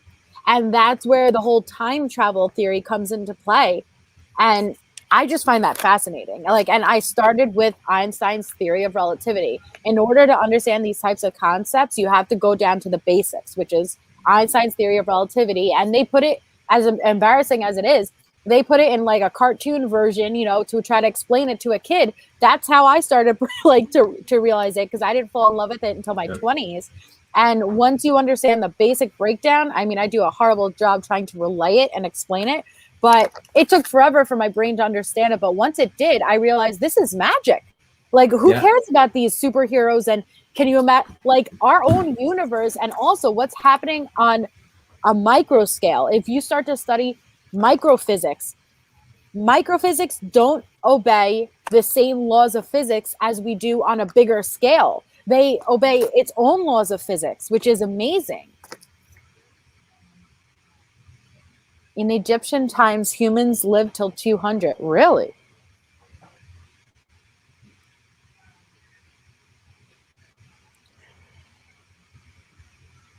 So to get back on where we started with the Bob Lazar. Oh yeah, Bob. Melissa, did you read contrary comment? I'm sorry. No, hold on. I just thought that was sweet. This is my first ever YouTube comment. This has felt like a conversation with friends interested in what I am, that I don't have it. Oh, well, I'm so happy to have you here, Contrary. It took me a long time to even realize other people were interested in these same topics as me. And I'm so glad to have you here. And I look forward to having you in future discussions. But again, what do you guys think? I know it's a silly question because I have preached and I have confirmed that we already are, but do you guys think we are currently in communications with extraterrestrial species?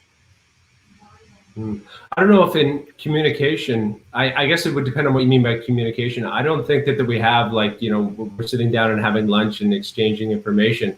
I do think that there is elements of I don't know, you know, where we see them and they obviously have come here for a reason. But yeah, it's surprising because you think there's so many questions I have about that, because if they have technology that's so far advanced, then they should be able to hide from us pretty well. And but why would they hide from us? Yeah, and that's a good question, right? And so and why would the government? I mean, I understand why the government wants to hide aliens, because the two biggest factors in the world economy are the military-industrial complex and the energy energy industry, right? Which is fossil fuels. So if aliens come down and say, "Hey, we have this free energy, this thing that's going to be, you know, revolutionize the world and take poverty away, and you know, there's not going to be any war," every single one of those fossil fuel guys, and every single one of those guys that sell guns and make airplanes, they're out of a job, and that's not what they want, right? So so they want to have that stuff for military use, I guess. But then I guess my question is, if they do have it, then How come they're not using it? Why don't we see, you'd think that if America had like a UFO, they'd put a stars and stripes on it and, march it down, in front of the White House and say, woohoo, Space Force. Well, and see, someone just said, Irvin said, we could barely chase their aircraft now. We have communications with them. And again, it comes down to everything is compartmentalized. Just because you hold a government position and you are up there does not mean you are aware of everything that's going on. Okay. Even if you hold a position, and you're part of AARP, and that does not mean that you are going to know the extent of what is going on. It's basically the shadow government. It's the government, the small group of people who are above the president. The president is not at the top of this food chain. There is a larger group of people behind the curtain that are really controlling things. Oh, the World Banking Organization is really, and the people that run the World Banking Organization are really the people that make the world turn, and the people that run that aren't elected into any position, but they are really the ones that make all the big decisions for sure. Right. But my point was also going to be, though, that if we are in communication with the aliens, it's definitely on their terms, right? They're setting the standards. So if we don't have the military gear, maybe because they don't want us to have it, I'm not sure. That's what I was about to say. Well, apparently we're trading.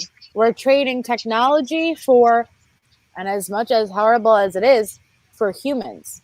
Think about it.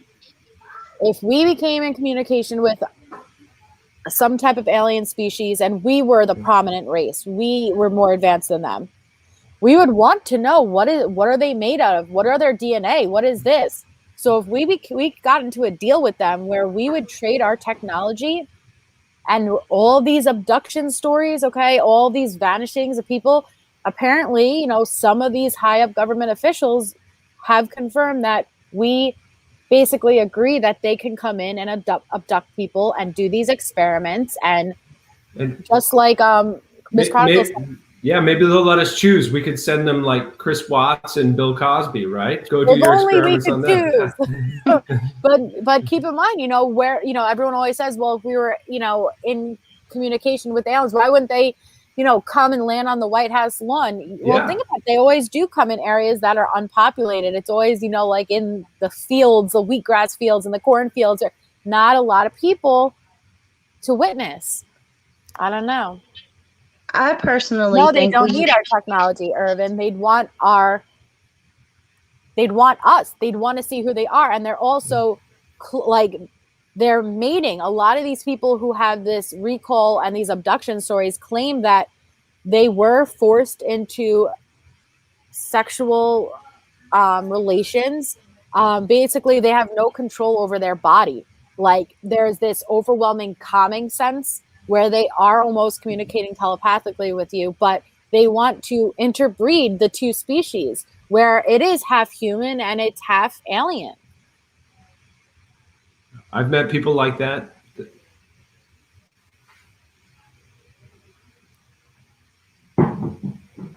Missing 411. I love the missing 411 Dave Pilates.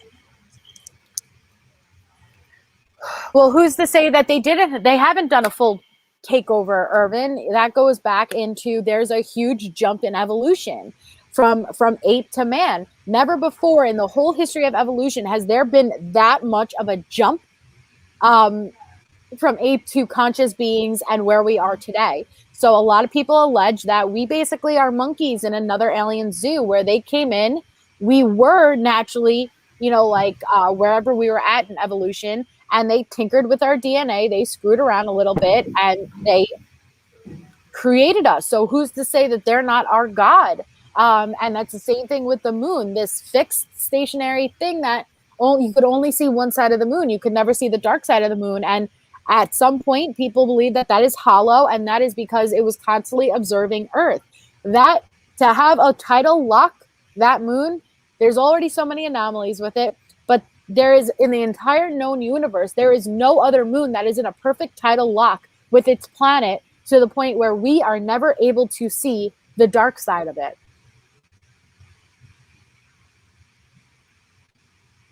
I don't think so, Geisha. Has anyone ever seen Love and Saucers featuring David Huggins? I'm going to write that down. No. Okay. Hello, Irvin. Oh, whoa. Hello, hello. Hey, Bryn. How you Hey, doing? Irvin, how's it going? Hey, is that Brittany, right? Okay. Hi, Yeah, Father she's muted. Snuffles. Okay. Anyways, you said there's a jump in evolution. There is no jump. If you think about it, what is a jump and what is that? What is the time differential from before, from our past self, I guess. We're still in a caveman age if you think about it. We still have Neanderthal DNA. We're still fully adjusting to standing upright. This is why we have back pain. We're still not used to it. Where's the jump? Okay, so when I say a jump, all we could do is look in our past, okay? And as we look at our past, we're able to trace back our DNA and study. And same thing to this day. We could look at a fish or we could look at whatever we're using as an example and study how long it's going to take for these changes to happen naturally. So when I say a jump, when you take the entire history known to man and follow it and study the changes that happened in the time frame that it happened, there was a major jump between ape to human, Neanderthal to human, to where it progressed in such a short amount of time, and it's never had those types of progressions in that short time frame before. Yeah, but our Neanderthal DNA would be completely eradicated. Yeah, we still find it in modern humans. I don't find the jump exactly. Hold on one second. I'm looking for, okay, Love and Saucers. How do I see it? Okay, so if I hit chat, okay, there it is. Saucers. And everyone, by the way, Jennifer dropped Irvin's link. Go check him out. He is a newer channel and he's doing really, really good. And he covers the Watts and other things. So definitely give him a check out and subscribe if you can. Awesome. David Huggins. Okay, so then what do you think, Irvin? What do you think in regards to Bob Lazar and the aliens and everything like that? What do you think's going on? Okay, I think Bob Lazar is onto something. There's no way the government would want. I mean, they've been basically discrediting him and all of that. That's a waste of time and energy. Something they won't do unless they really want you to discredit it.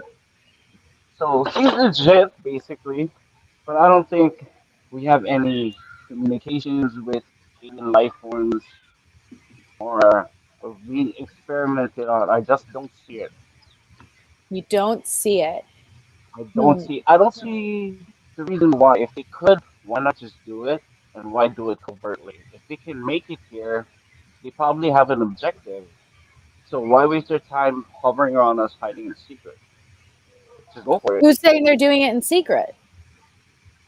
Just because the plain Joe Schmo every day, us, don't know, but that's because our own government lies to us, allegedly, in my opinion.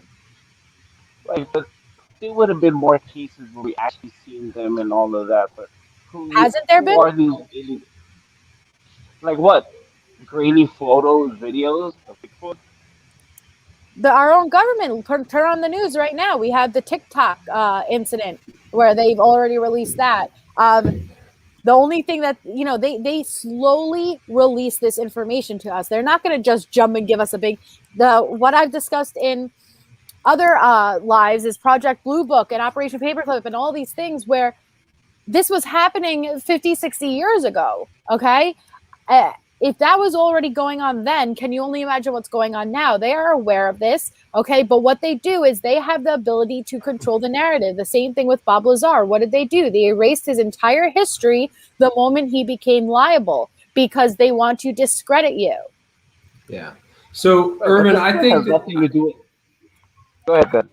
Yeah, what I think is that I think you're right. You know, why would they want to come here? I think that the reason why we have seen those things and why they're here is because they're sending like drones and that kind of thing, and that they don't necessarily care if they crash. They're sort of disposable, and they're not really here. They're sort of checking up on us, and I think that we're a little bit more. We're not that interesting to them yet. And I think maybe we have to, you know, go quite a ways further to become more interesting to actually get like an actual visit. But I could certainly see those things being some kind of probe, or being some kind of AI, where they're just kind of out scouting around. The only other reason why I would think that aliens would want to be here is just for our resources, right? For our natural resources, for water or air, those kind of things. Just because that, as we've seen in the galaxy, it's not super common, our kind of planet. It's not totally uncommon, but having liquid water and an actual. Sorry. So why not just take it if they're here for our resources? Well, and that's one of the other arguments, right? Is if the aliens existed, they would just come here and zap us and we'd be dead anyway. So yeah. But again, you have to realize that aliens, it's not black or white. It's not good or evil. Just like humans, we have some bad humans, we have some good humans, So who's to say that when you say aliens, well, how do you know they're not just if they have the ability to jump through time and space, which you have to accept. If they have the ability to come here, you have to understand they have the technology to jump through time and space. I agree with Bryn. They're not manned mission. They're not alien mission. These are all AI. These are drones. They're monitoring us. They are keeping an eye on us. No, are we of concern yet? Maybe not. But again, this ties back into if you disrupt the magnetic field, if you shift the magnetic field whatsoever within this galaxy, the whole thing can implode. And that's basically what we're doing by destroying our Earth. So to say that there's no concern for us, I disagree with, because the more that we destroy this Earth, the more that we have these nuclear mass weapons that we're about to go to war with each other, we could take the whole galaxy down, as crazy as that might seem, but it's not. If you shift this Earth just a little bit, the whole thing will just implode in on itself. Yeah. So why not just do it? I mean, so that would make the aliens win. Why not just do it? How would that make aliens win? Why would you think that they want that alien mind frame is to destroy themselves? If the aliens are here for our resources, why don't they just let them? Who's to say they're here for our resources? Brand. Don't put this all on me. I'm just sit here all day. I don't speak for the aliens. Come on, Bryn. Well, Bryn put it better. I'm kind of with Bryn on this. Maybe they are here observing us, but I do not believe we have any contact with them. Okay. They probably are observing us, and they are probably definitely more advanced than us. If they can make it here, they're probably more advanced. And maybe we are pets to them. That makes more sense. They're watching us, laughing at us, and just what these creatures are doing. They can't get along with things. I think it's more probable. Yeah. I think it's important to understand what Melissa was saying was also this idea that if they have that kind of technology to be able to move between light years, like to move light years in an instant, the amount of energy and the amount of advancement in that technology, I would hope that advancement would also be socially, right? That they would be above things like war or destruction, or I would hope anyway. I don't know. You don't know what the aliens' culture is. Naturally, you would assume that. Yeah. You would hope that if they had enough power like that they wouldn't need war or famine or those kind of things, and it would be more about either exploration or science or communication, or even maybe they're farmers and we're just consciousness, ascending. Listen, who are you to say that there isn't? When you think about the universe as it is, and the fact that there are other life forms out there, who's to say that we aren't able to ascend consciously and we aren't going to be able to become aware of things that we weren't aware of yet? And in order for that to have that ascension, we all need to come together collectively to do that. Okay, so it's not about war. It's not about resources. If they have that kind of technology, you have to assume they are fine with resources, or maybe not. We don't know. But it's like a lot of people said, to us, we are just the little monkeys in their farm. When they are that much higher than us, we're not of concern for them. Yes, they would be monitoring us. Yes, they would be keeping an eye on us. Yes, maybe they would be abducting people to do research on the same way we would do if we were the ones visiting another planet. We would take them and we would absolutely do research on them. Yeah. And if we want to talk about intergalactic space and travel, time for us, our lives galactically or in terms of the universe is such a tiny minuscule amount of time. what is it, 80 to 90 years. It's just so small when the universe is whatever 3 billion years old, right? So the amount of time that we've been around is so small. Our planet isn't even going to last very long, whatever it's going to be, like 100 million years if we're going to go into the sun. So I could see a very advanced race is sort of going around to these fertile planets, planting their people, kind of like putting in their species, their little things, and growing their species all over the universe, so that as they develop, hundreds of millions of years, these planets will die and these people will grow, and they'll sort of take them into their their community, whatever. I don't know. That's what I think. I think we're all spawned from aliens. Right. And I don't have an argument for that, but there are no reptilians. Reptilians are apparently, they've been no here reptilians. No reptilians. Irvin, have you ever been to Cincinnati? You in Cincinnati? No, I haven't been to Cincinnati. Well, then you haven't seen reptilians. No, I agree with you. The reptilians thing is a bit weird. Just that, that they would take on I'm not there yet. It's just not convincing. Yeah. Right. Yeah. Okay. Yeah, it seems more like a cool sort of horror movie thing than what would actually make sense. Yeah, I mean, it's a cool concept, but I just don't see it. Yeah. But, it's hard to discern at what point is it just conspiracy and fun rabbit holes versus logical, Because we evolved from apes and stuff, but what would happen if we had actually evolved from like alligators or reptiles? Maybe. But it's logical to think we would have. I mean, it depends on how far you want to get out. These mermaids and all this stuff, like the same reason why does our skin become you get all those, your fingerprints get very soggy and stuff when you've been in the water for too long, and that's made so you are able to pick things up easier while underwater. Now, if we were underwater more often, eventually with evolution, we would come to be, to have gills and stuff like that. That's naturally going to happen with evolution. Who's to say that the reptilians isn't another form of race that, and I'm not saying it, Irvin, don't look at me like that. I'm just saying from what I've heard about it, okay?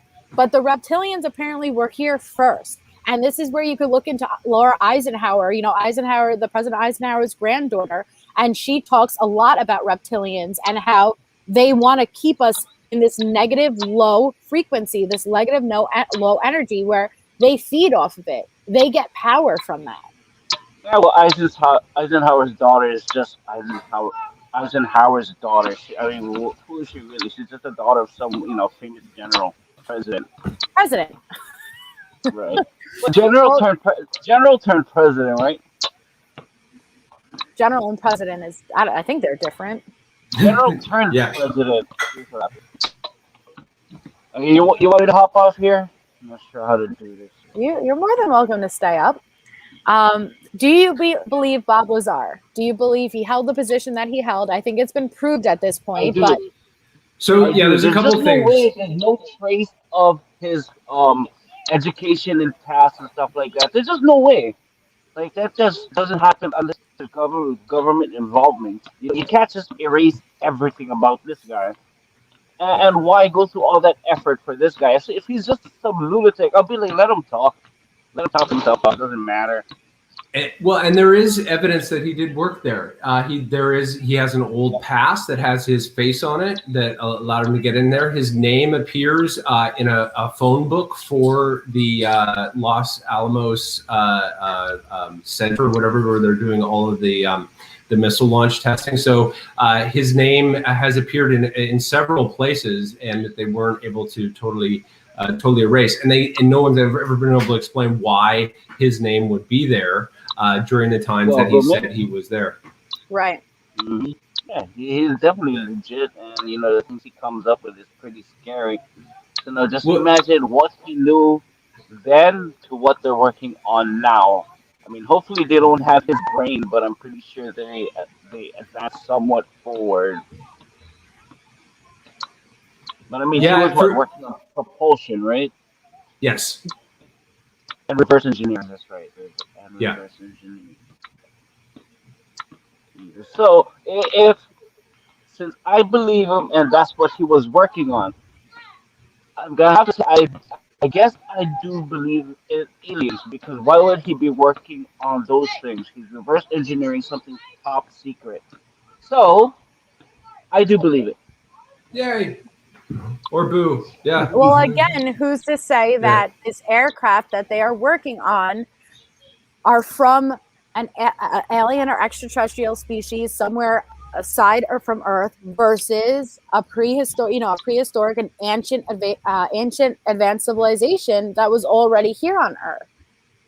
Could be. I used to have an argument with a roommate that I lived with when I first had dial-up internet. There was this thing called SETI. I don't know if you guys remember SETI, Search for Extraterrestrial Life in the Universe. Yep. And it was right when the internet started, and everybody started their computers, and your computer where you would log in, and it would be like a little whatever plug-in on your browser, and it would actually link with other computers, and it would search out and send out a signal out there and read other signals as well. And my roommate was like, "No, you got to shut that off, man." I'm like, "Why?" He's like, "We don't want the aliens knowing we're here. The moment they know they're here, they're gonna come for us, man. No, shut that off. We can't defend ourselves." He was adamant that I turn that thing off. And I was like, I just think it's a fun thing. It's kind of an interesting. No, he was serious. He did not want that thing on because he was convinced that if we did get a hold of them, we were anywhere near ready to let them know we were here, and we shouldn't be doing that. Right. And he makes a great point. With that, it's either you're for it or you're against it. And he makes a good point because that could be true. But then again, maybe it's true because how we see ourselves doing to another alien life form. If we were able to get there, take over the things we do here, like with cruelty, slavery, stuff, we would probably do the same to them. Yes, maybe they're not. Maybe they're not like that, and they're just chilling, just saying hi and stuff like that. So we don't know. I think the reason. Yeah, the reason why we fear them is because they might be like us, because we're so awful to each other. Yeah. Well, yeah, and it's the fear of the unknown, and of course we're going to fear anything that's more advanced than us. Period. We love being the top of the food chain. That's really the only thing we have in our advantage. Could you imagine coming in and not being stronger, not being more smarter? Like apparently, like we said in a previous stream, is that these crafts, they have documentation of these crafts, being sighted near our nuclear weapons, and all of a sudden the entire plant will shut down and everything will get shut off. And that makes you question, get the fuck out of here. Sorry. Well, Elon will figure all that out. I think Elon will figure something out. I mean, who knew you could build your own NASA? I thought you needed permission to get space, honestly. You do. He just did it, He just kind of just did it. No, you do need permission. Even these people who will tie these GoPros up to the balloons, and try to record. And there's a lot of these flat earther people, who will try to go up and try to prove that it is not a sphere shaped versus flat. And you need to get it approved and everything before you even do it. I guess. Yeah, I mean, I guess if you're Elon Musk and you have $1 zillion, you've got enough to pay the government just to say, I'm going to, build my own rockets. And yeah, you sort of make a deal with them. And what are you going to do? You can say no. Yeah. You're like, all right, fine. Yeah. Get some money. I mean, they're working side by side now. The guy put a fucking car into space just because. He did. That's pretty badass. Yeah, okay, hold on. What do you guys think about the crop circles? I think they're beautiful. I think they're beautiful too. Yeah, absolutely. I mean, I don't know about the reality. I would wonder why aliens would ever do that, but yeah, I do think they're awesome though. I think they're it makes you question. So let's take this image for example. It makes you question. Well, no, someone didn't sit there with wait. Oh, I didn't show you guys the image. Hold on. Hold on. I think that it's some type of language.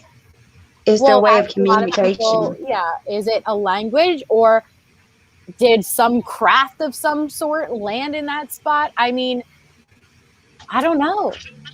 I never thought about that.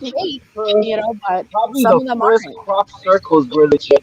And then after that, everyone learned how to make it and started making it. But I'm pretty sure the first ones out there They were probably legit because if you put like radiation things on it, like the levels would stay. I mean, we can't do that with sticks and ropes.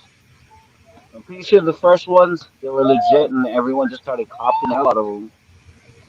I get what you're saying, but some of those they've tested and they couldn't have been made by human hands in the time that they were made. Correct. They were So there within hours. Yeah, that's within exactly what I'm hours. saying. Exactly what I'm saying. Yeah, some of them were probably legit, but now that everyone started overboard and doing so many crop circles, no one believes them now.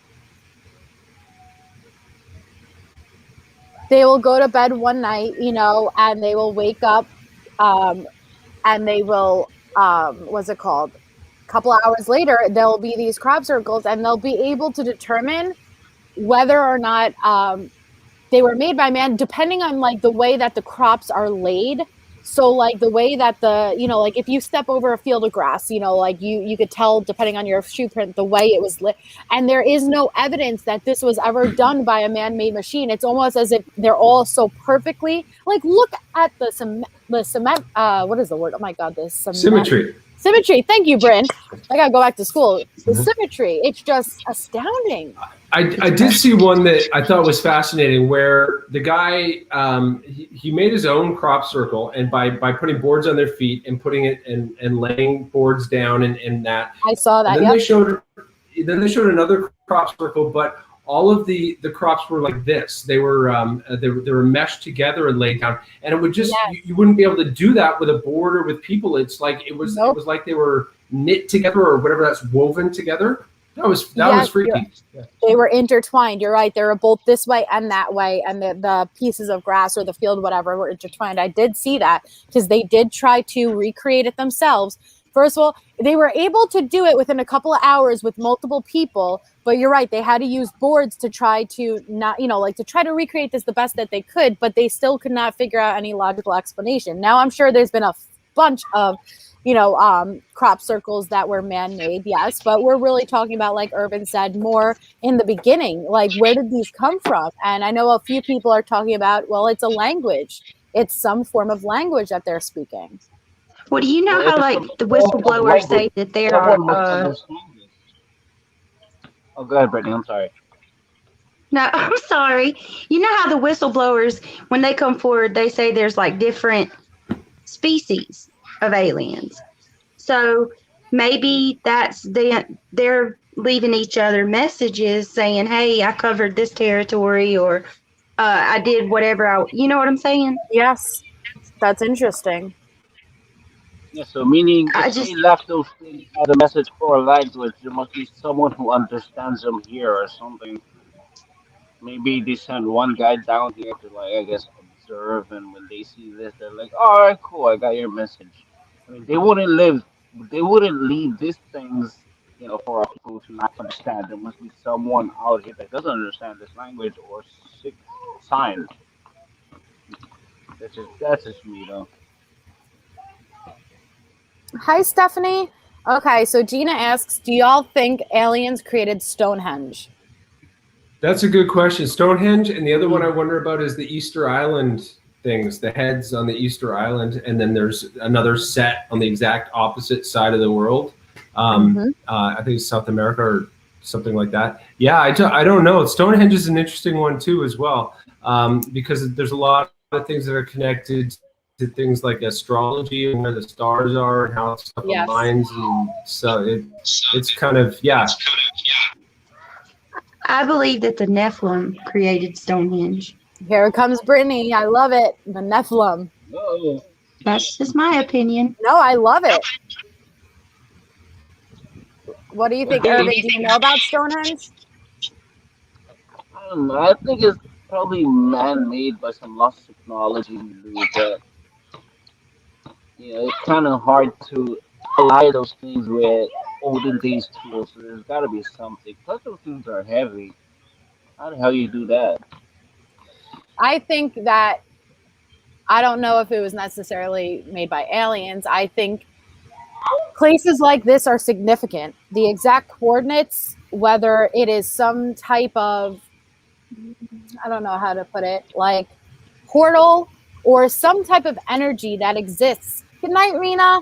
some type of energy that exists in these specific places, and they were designed to put there for some reason, whether they were aligned with the stars. Same thing with the pyramids. I don't know exactly what it unlocks, but there's some significance to those coordinates and where it lines up. Yes, I agree.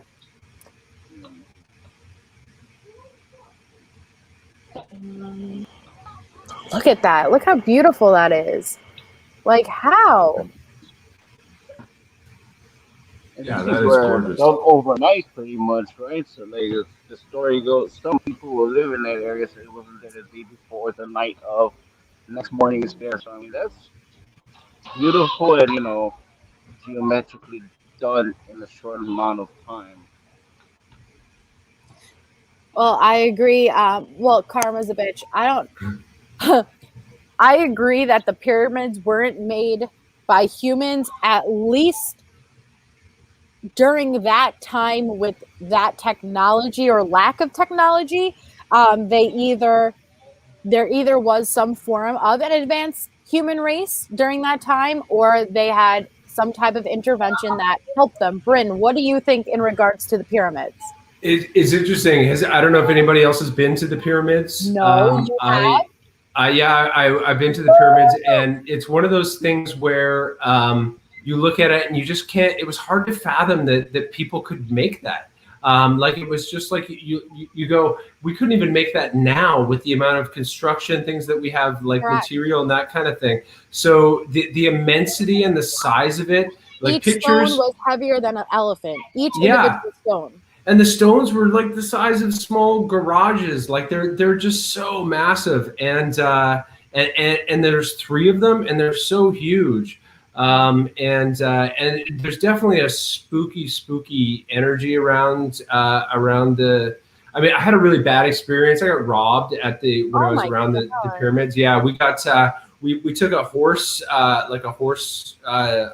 tour around, and you're supposed to take them all around the pyramids. Well, they took us halfway through and then kicked us off the horses and took us all our money, and then took the horses and went off. Wow. And so,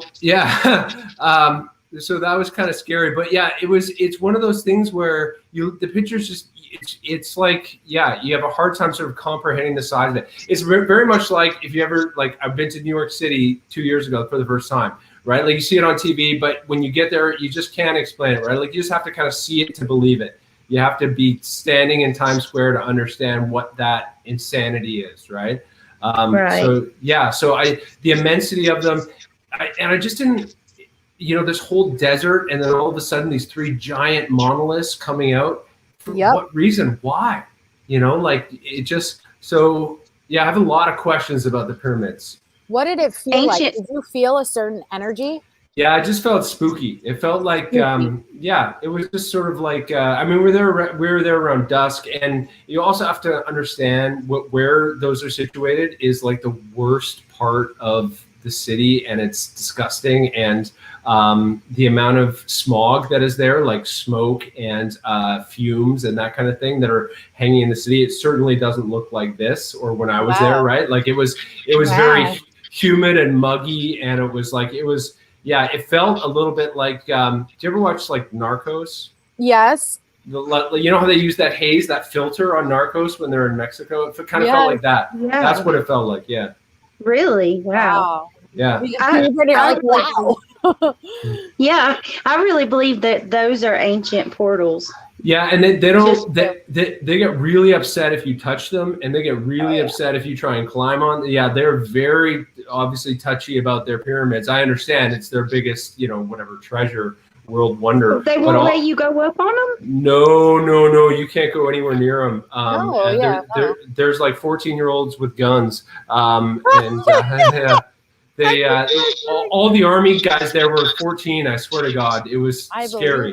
Yeah. But yeah, Cairo is like a really rough city, and a really, like, it's dirty and it's not. Yeah. So it was kind of like, and then you just go out a few minutes out of Cairo, and then you're in the beautiful desert, and then there's just these things come out of the desert, and the Sphinx too. The Sphinx is pretty weird. Yeah. Because it looks like a person, but then not a person, but it's And it's all very So- tied to their religion, and I don't know a lot about the Egyptian religion, so I think that I missed a lot of what was happening.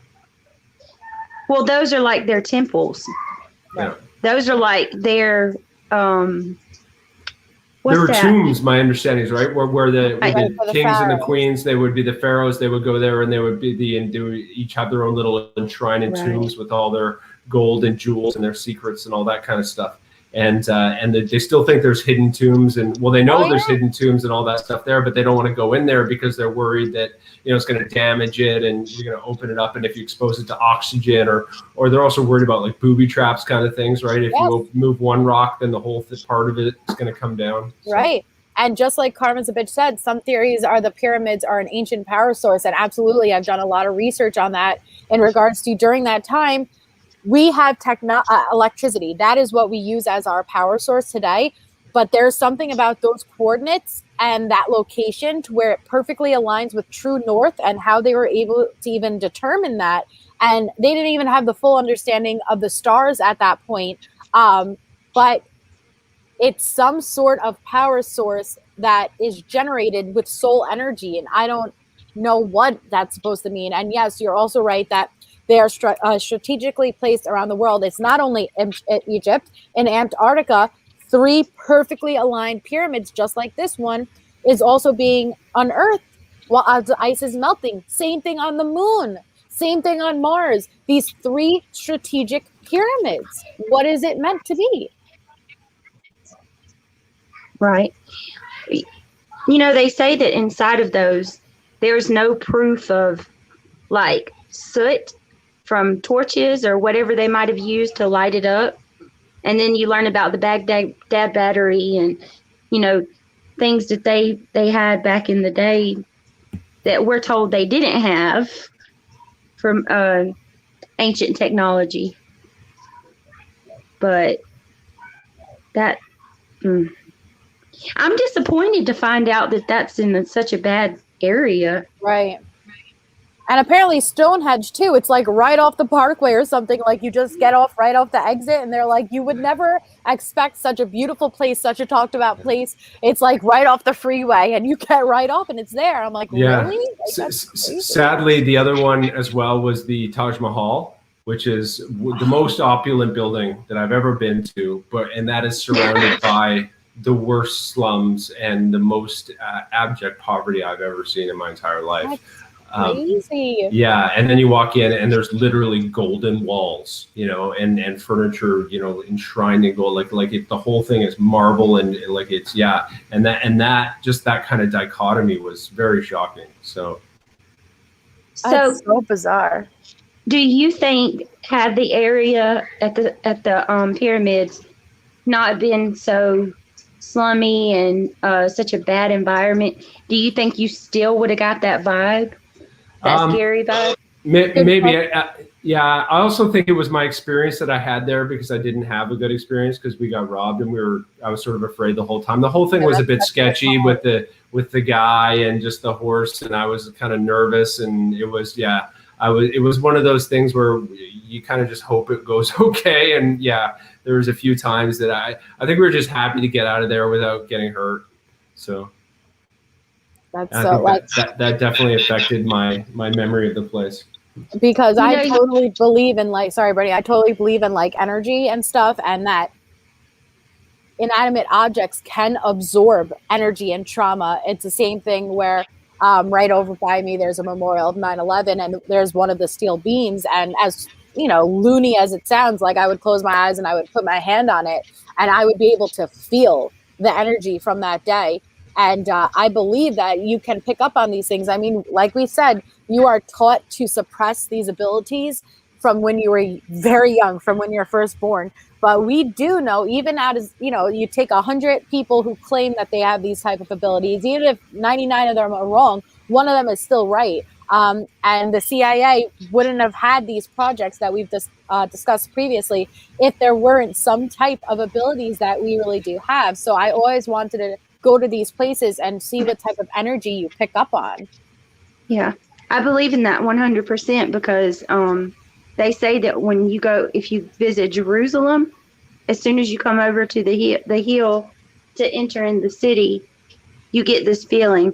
I forget, there's an actual name for it, because everybody gets it. But it's a certain feeling you get come over you, and they say you keep it the whole time you're there. So, and I always like to make that the first question I ask too if somebody visits somewhere that has such history like these. So, does anybody ever say Cincinnati? No. no. What, do you have a Cincinnati story? No, I don't. I've never been. Yeah. Oh my I've God. never been there. Well, thank you guys so much for coming up. I guess I'm going to cut it off now. I try to keep it short because I try to think about people who aren't watching it live. I know, like, as someone who like go backs and watch other people's live, if it says it's going to be a topic about something, I kind of get, maybe I shouldn't, but I kind of get pissed off when it's like a long, and I have to try to jump to see where the parts that you talked about. So I like to keep it short and sweet. And because you guys also have lives, and I don't expect you guys to stay on panel, but I absolutely love having these discussions with you. You guys are so educated. You guys are so smart and interested in this. And I really look forward to having more discussions. I don't know. What should we discuss next? What should be the next topic? Oh, whatever you want. They're fun. Yeah. Oh my gosh. And thank you to Irvin, and thank you, Brittany, for you guys are so nice. Absolutely. There were so many last time we talked. Yeah, I literally have it all written down. Oh, Bryn, do you know about the history with Tesla? I know you do, right? A little bit, yeah. That would be a fun one. Theories on Egypt, on the pyramids, or was it Elon Musk's theory? What someone said? Tesla had the best theory on the pyramids. I'm not sure. Maybe I would probably know it if you mentioned it, but I don't remember. Does it have to? Yeah, I'm not for. I wouldn't be able to do it justice. Yeah, but Elon Musk tweeted it out. Yeah. There was this. He had a connection to that. Oh, Antarctica. We should go over Antarctica with him because we haven't talked about Antarctica with Bryn. I have a feeling you know a lot about Antarctica, Bryn. Oh yeah, I do too. Yeah. I would love to I feel like we have to just get Antarctica out of the way because every time we go and do a live, we bring it back to Antarctica. You know, like so we have to because that's while getting into Antarctica, you also have to get into like Admiral Byrd and the Hollow Earth and the Inner Earth theory because there's apparently that is one of the theories of what Antarctica can possibly lead to, whether it's Atlantis and this advanced civilization with all of this technology, or it is the opening into this hollow earth, or who knows, you know, like, but I would love to definitely talk about that next. Yeah, sounds good.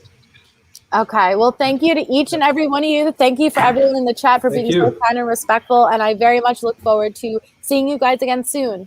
Thanks so much. Thank you so much. Bye-bye. Bye-bye. Peace, love, and light to all.